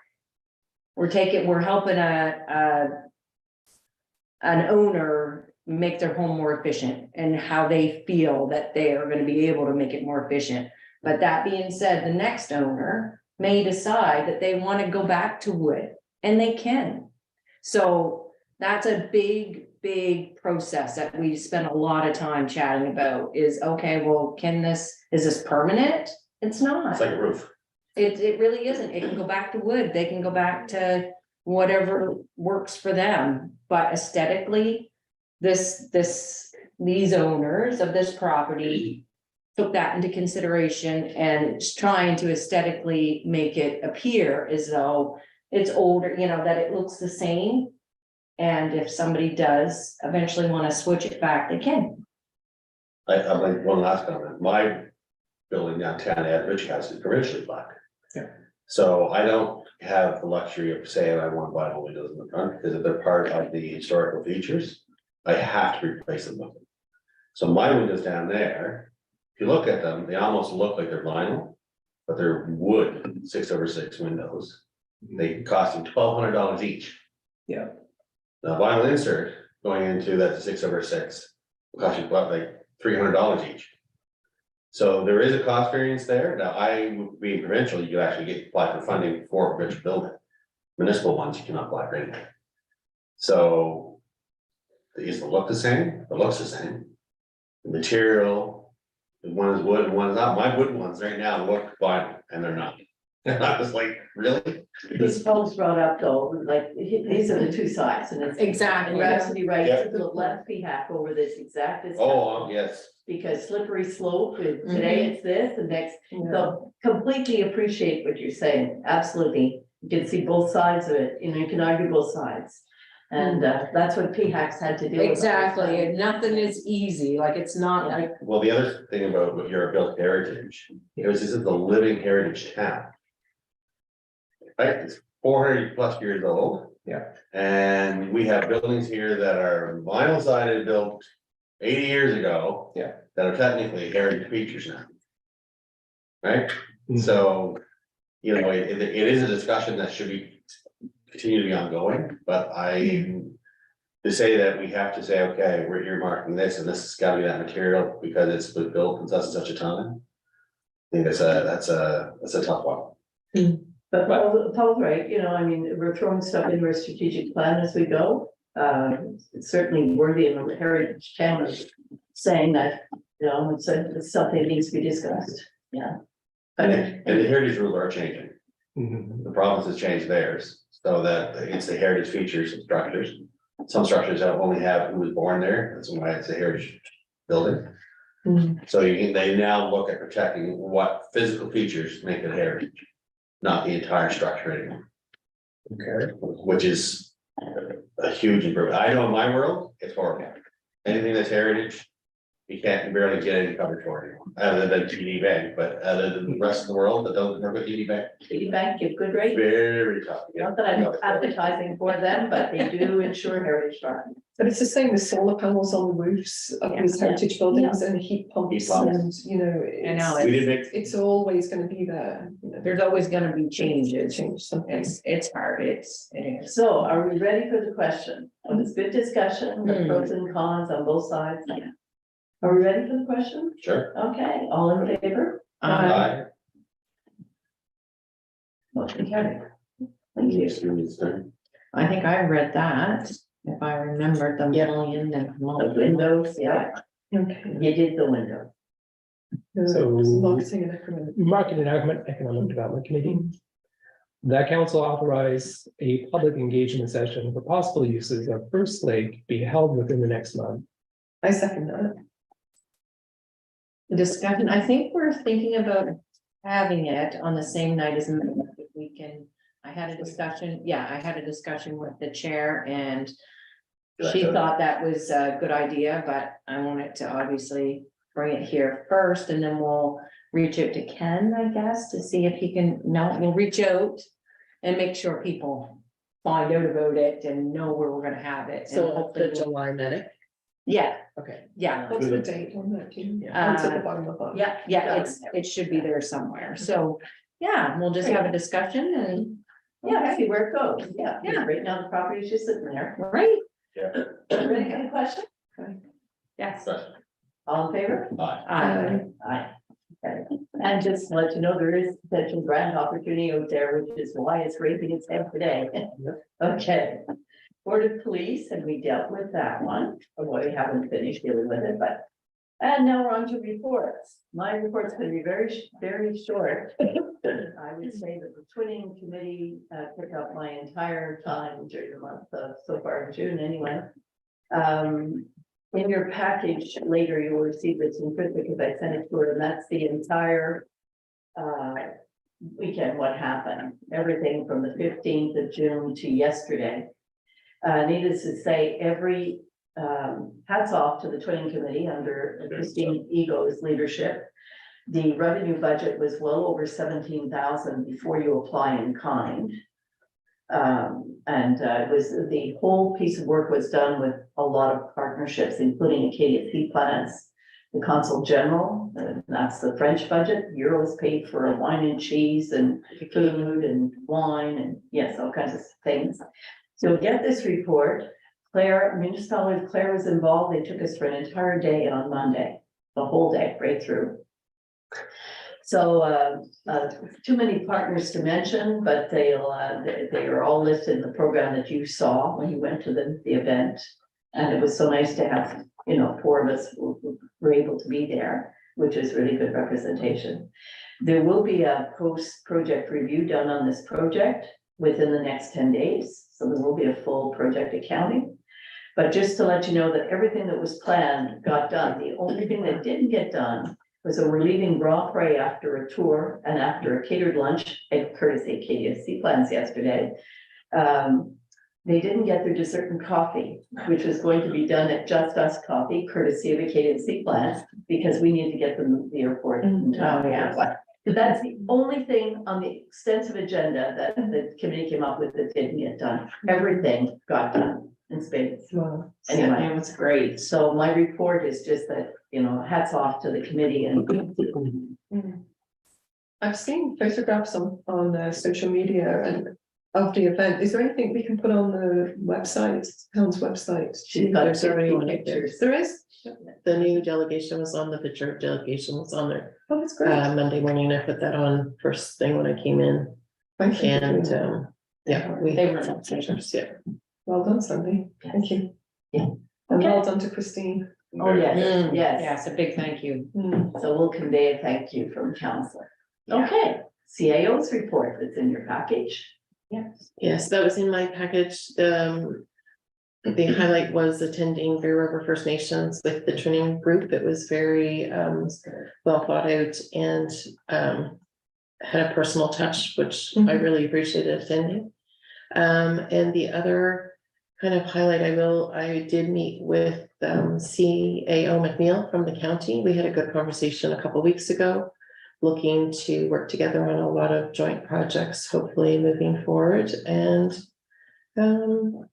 lots of meetings and stuff. And of course, the wildfires that first weekend took a lot of time and energy, updating phone calls and updating questions and stuff at the beginning of the month there. But any other questions? I just had a question about, I didn't notice it's not in your report, an update for Public Works to repair the road outside of Charlie's Place and also School Road and St. George Street intersection. Are there any plans to? Yep, they're working on trying to get something lined up, but we have to get quotes and stuff like that. And it's been on go for quite a while, but unfortunately, nothing has been completed yet. But it's on the agenda. Definitely, it's been on. You're the right, agenda. that's a serious bump at Charlie's Place.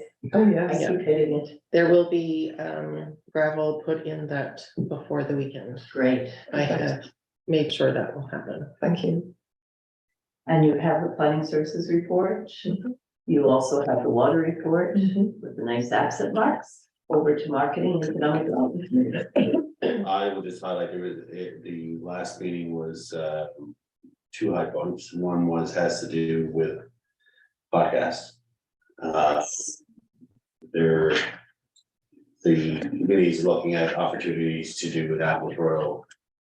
Started with a radio show, but I think it's the version of that started off, it was looked at as podcast. So we're going to be gathering some more information on that, and those that may have some interest may be able to set up their own podcast. You know, lots on the other side of it was the public meeting that we're holding and the opportunity for funding came up. And to do a project or something around first light. So those are the two highlights of the marketing. Great, Bridge Police. Okay, well, we met on the 14th and normally I send this all in, my apologies. Hey, you can always do it. We spent a fair bit of time with the police survey, we had a lengthy discussion, and I think Sandy I and submitted it. the chief, yeah, worked on that after. Yeah. It's been submitted, and what, it was our last meeting chaired by Don Troy. He's now stepped down, and the new chair will be. Right? No? Yeah, Bernard, the Yeah. deputy or Yeah. the vice chair? Yes. Okay. Yeah. Please. Yeah. And then, of course, we had a discussion about making the motion to set the 30% aside for capital reserve, but that's still being worked on.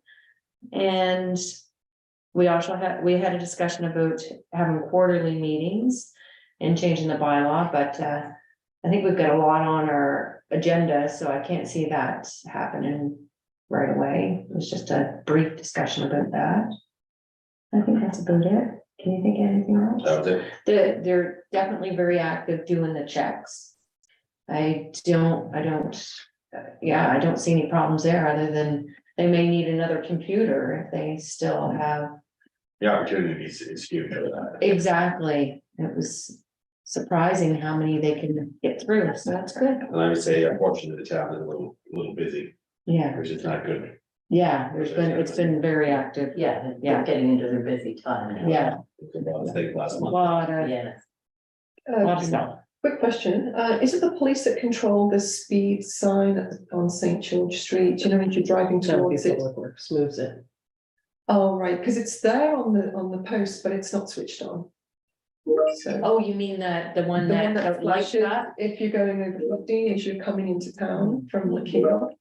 It would be nice to have that operational because as the town gets busy for the summer, there seems to be more speeding down St. George Street. It would be nice to have that speed sign operational if possible. Yeah, there's a lot going on in Public Works right now, so I can't guarantee anything is Yeah. It's, done quickly. like it's in position, it's installed on the post. Is it just a switch that goes on or how's it? It has its battery or something. Is it? has to be- Okay. Doesn't it? I thought it was working on the weekend. Yeah, me too. I guess I go through It wasn't all the working time. yesterday. Yeah, so it must Yeah, have just it gone must have off. just gone Yeah. off. Okay, It's by the That's good. building. Just curious. and I gave you an update on the cutting committee Yeah. already, so we'll move to the library report, which we don't have, but we do have, we're happy to have someone recommended. Thank you. So traffic flows now.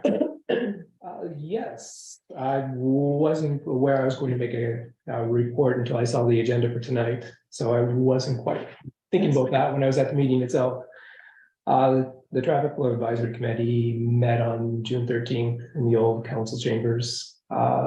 Probably a slender agenda, I'm guessing, but I'm not sure because I'm new.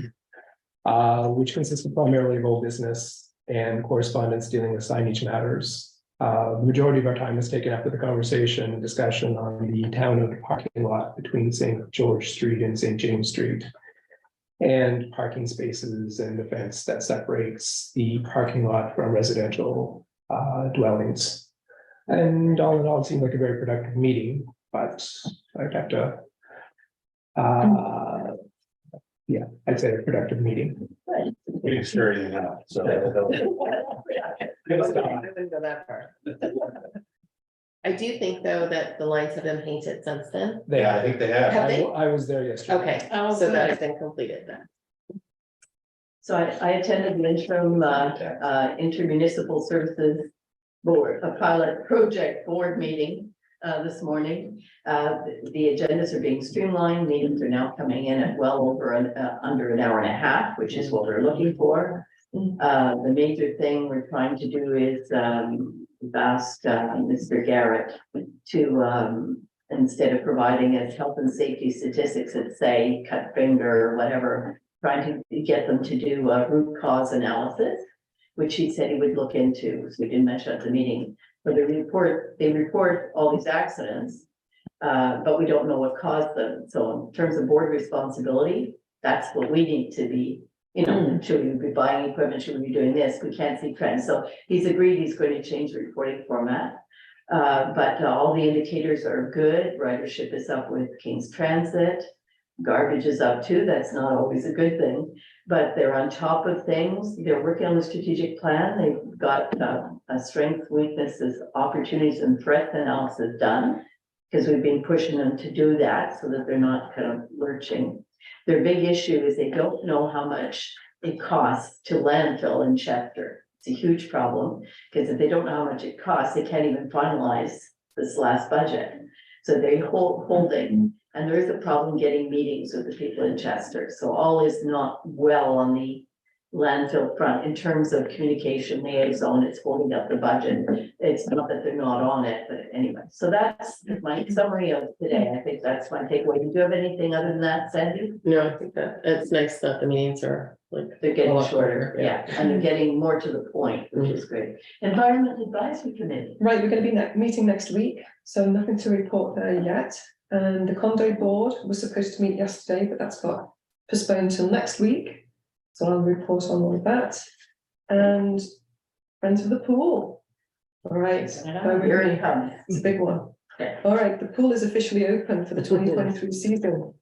Currently, it's 3 p.m. to 5 p.m. every afternoon for free afternoon swims, generously sponsored courtesy of the Thistle Hospitality Group, which is Whiskey Talent.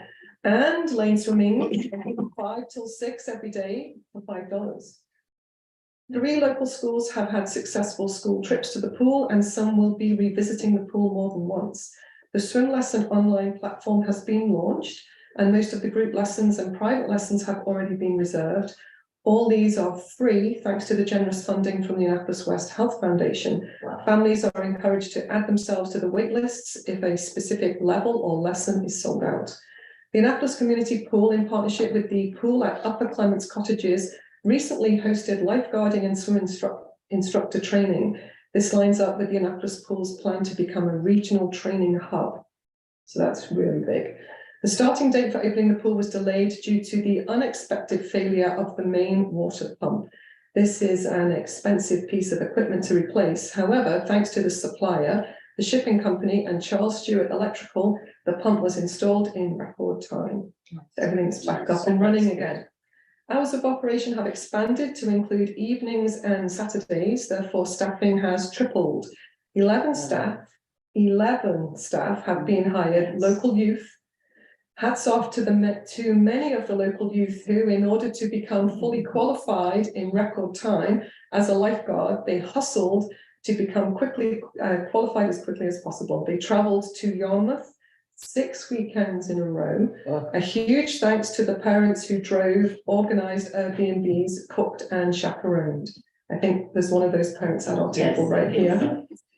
July and August will see lane swims, day and evening, 3 group swim lessons, private and semi-private lessons, swim club, aquafit lessons, hub over there, there's an instructor right there, public swims and Saturday rentals. In September, there will be lane swims and after-school swims. A fundraising campaign has begun, organised by the pool staff, so that a healthy cash flow can be maintained. This will hopefully offset the balance left between the current amount received so far, which is $124,000, and the total cost to run the pool for the season, $157,000. It's worth noting that a total of 25 grants have been applied for. With the expansion of programming and the organizational restructuring, the pool is on track to easily surpass last year's success. And lastly, lengthening the season, expanding the hours of operation, creating and expanding programs while simultaneously reducing all the barriers for their patrons shows that the facility has moved from a purely volunteer-based organization to a more structured and professional organization. All in all, a very successful start to the season. Well done. Yes, Boom. nice. How's report. that for a report? That's a very good report. So Maybe you should My. submit it so that it could be included in the, yes, I'll send this to so you. that. Did you get that, Krista? I'm feeling a little inadequate at the moment. No, Paul, we used to do quick reports around the table, so we just instituted these written reports lately. Okay, And it doesn't happen for everything, and sometimes it can, because it was the meeting, so don't feel bad, because it's a recent development, okay. and, you know. Okay, could I ask one question? Yes, How is the society communicating information? oh, mainly through the Facebook page. Okay. That's the main thing. However, there is so much information and so many great stories to share. Is it worth them being able to submit something that you can put on the town's website or not? I mean, other than the Facebook page, that's really the only. They can submit stuff to the newsletter. We send out the monthly The newsletter. newsletter as well. That's a The good town crier. Yeah. Yeah. Which they do, they're actively in there, like for the hiring season and, you know, that The kind town of thing. page must be linked to their website, their Facebook page, the town Facebook, is it? The town website is linked to their Facebook? No, our Facebook page No, is not linked. Facebook doesn't. Sometimes Like to the link. town's Facebook page will share the pool's Right. information Yeah. because it's got a far further reaching audience. But I know there's so much going on at the pool. There is a And lot. you can always ask me to. I missed it listening lesson. Okay, oh, did you? Myself. Okay, I let's think chat afterwards then. There's, Okay, There's a a waiting loss of that. Yeah. And there seems to be a little bit of lack of communication for those outside of town, you know what I mean, like I had staff at work, for example, that didn't, yeah. I think it's on Facebook. I It had is, staff here trying to get into, and then I think she got off the waiting list and she's now registered, so. yeah, the Facebook page is good. They do regularly report of what's going on the Facebook page, so I would just check that daily. And they always have dates on there of what's about to happen before it happens. So, yeah, just keep checking. But we'll chat later. Okay. There was a meeting of the accessibility committee, and they are looking at a bench program. Ken Knox did some research for the committee to show what the placement of benches should be, and there was a World Health Organization report that provided relative distances. So this was the last legacy piece from town crier Peter Davies, is to come up with a bench program so that people could enjoy, so that everybody could enjoy clean air. So the bench program, and they are looking at, you know, what further grants can apply for, but that was the basic highlight I took away from that. And I think they talked about the podcast as well, as Oh, an yes, accessibility yes, they did. section, They did. that it They would thought be it was a great great for idea. accessibility reasons, that they could listen to Absolutely, reports and, Yeah. and the newsletter and different things would be. yeah, Right no, there, they're very right? supportive of that. Yeah. Yeah, absolutely. Now, to correspondence, you've got the good news on the Mhm. Gulf of Maine Awards. We have 2 winners from within our town. Mhm. So I'm thinking of having a little reception for them, maybe a Nice. little wine and cheese or Mhm. something. And I'll let you know, I'll notify them, I asked John Bottomley about it, they like to, the church are a party crowd, they're right next door. Yeah, so we'll figure out a date that works for them, I'll let you all know, because it'd be nice to have members of council for that, but I thought, you know, given there's 2 groups in town. Yeah, Yeah. so it should be mentioned that those are the 2 groups. John Bottomley was received the Visionary Yeah. Award, Congratulations. and the church for, I can't remember the name of the award that The they won. Gulf Wide Award Okay, Yeah. Yeah, just for people that are for watching. far-reaching impact. yes, absolutely, thanks, Sandy, yes. Mhm. Okay, so that was welcome correspondence. Really nice. So we've achieved our agenda. Are there any motions that will be coming out of in camera later? Yes, I'm hoping so. You're hoping so, okay. All right, so members of the public who've attended, thank you for attending the meeting. Did you have any numbers for us, Krista, or someone did? Do we need to make a motion on camera? We do, Mhm. but we're gonna say goodnight to you all and thank you for attending. Great, and now we'll entertain a motion to go into camera. Second. Seconded, all in favor? Aye. Motion carried, we're now in camera. We'll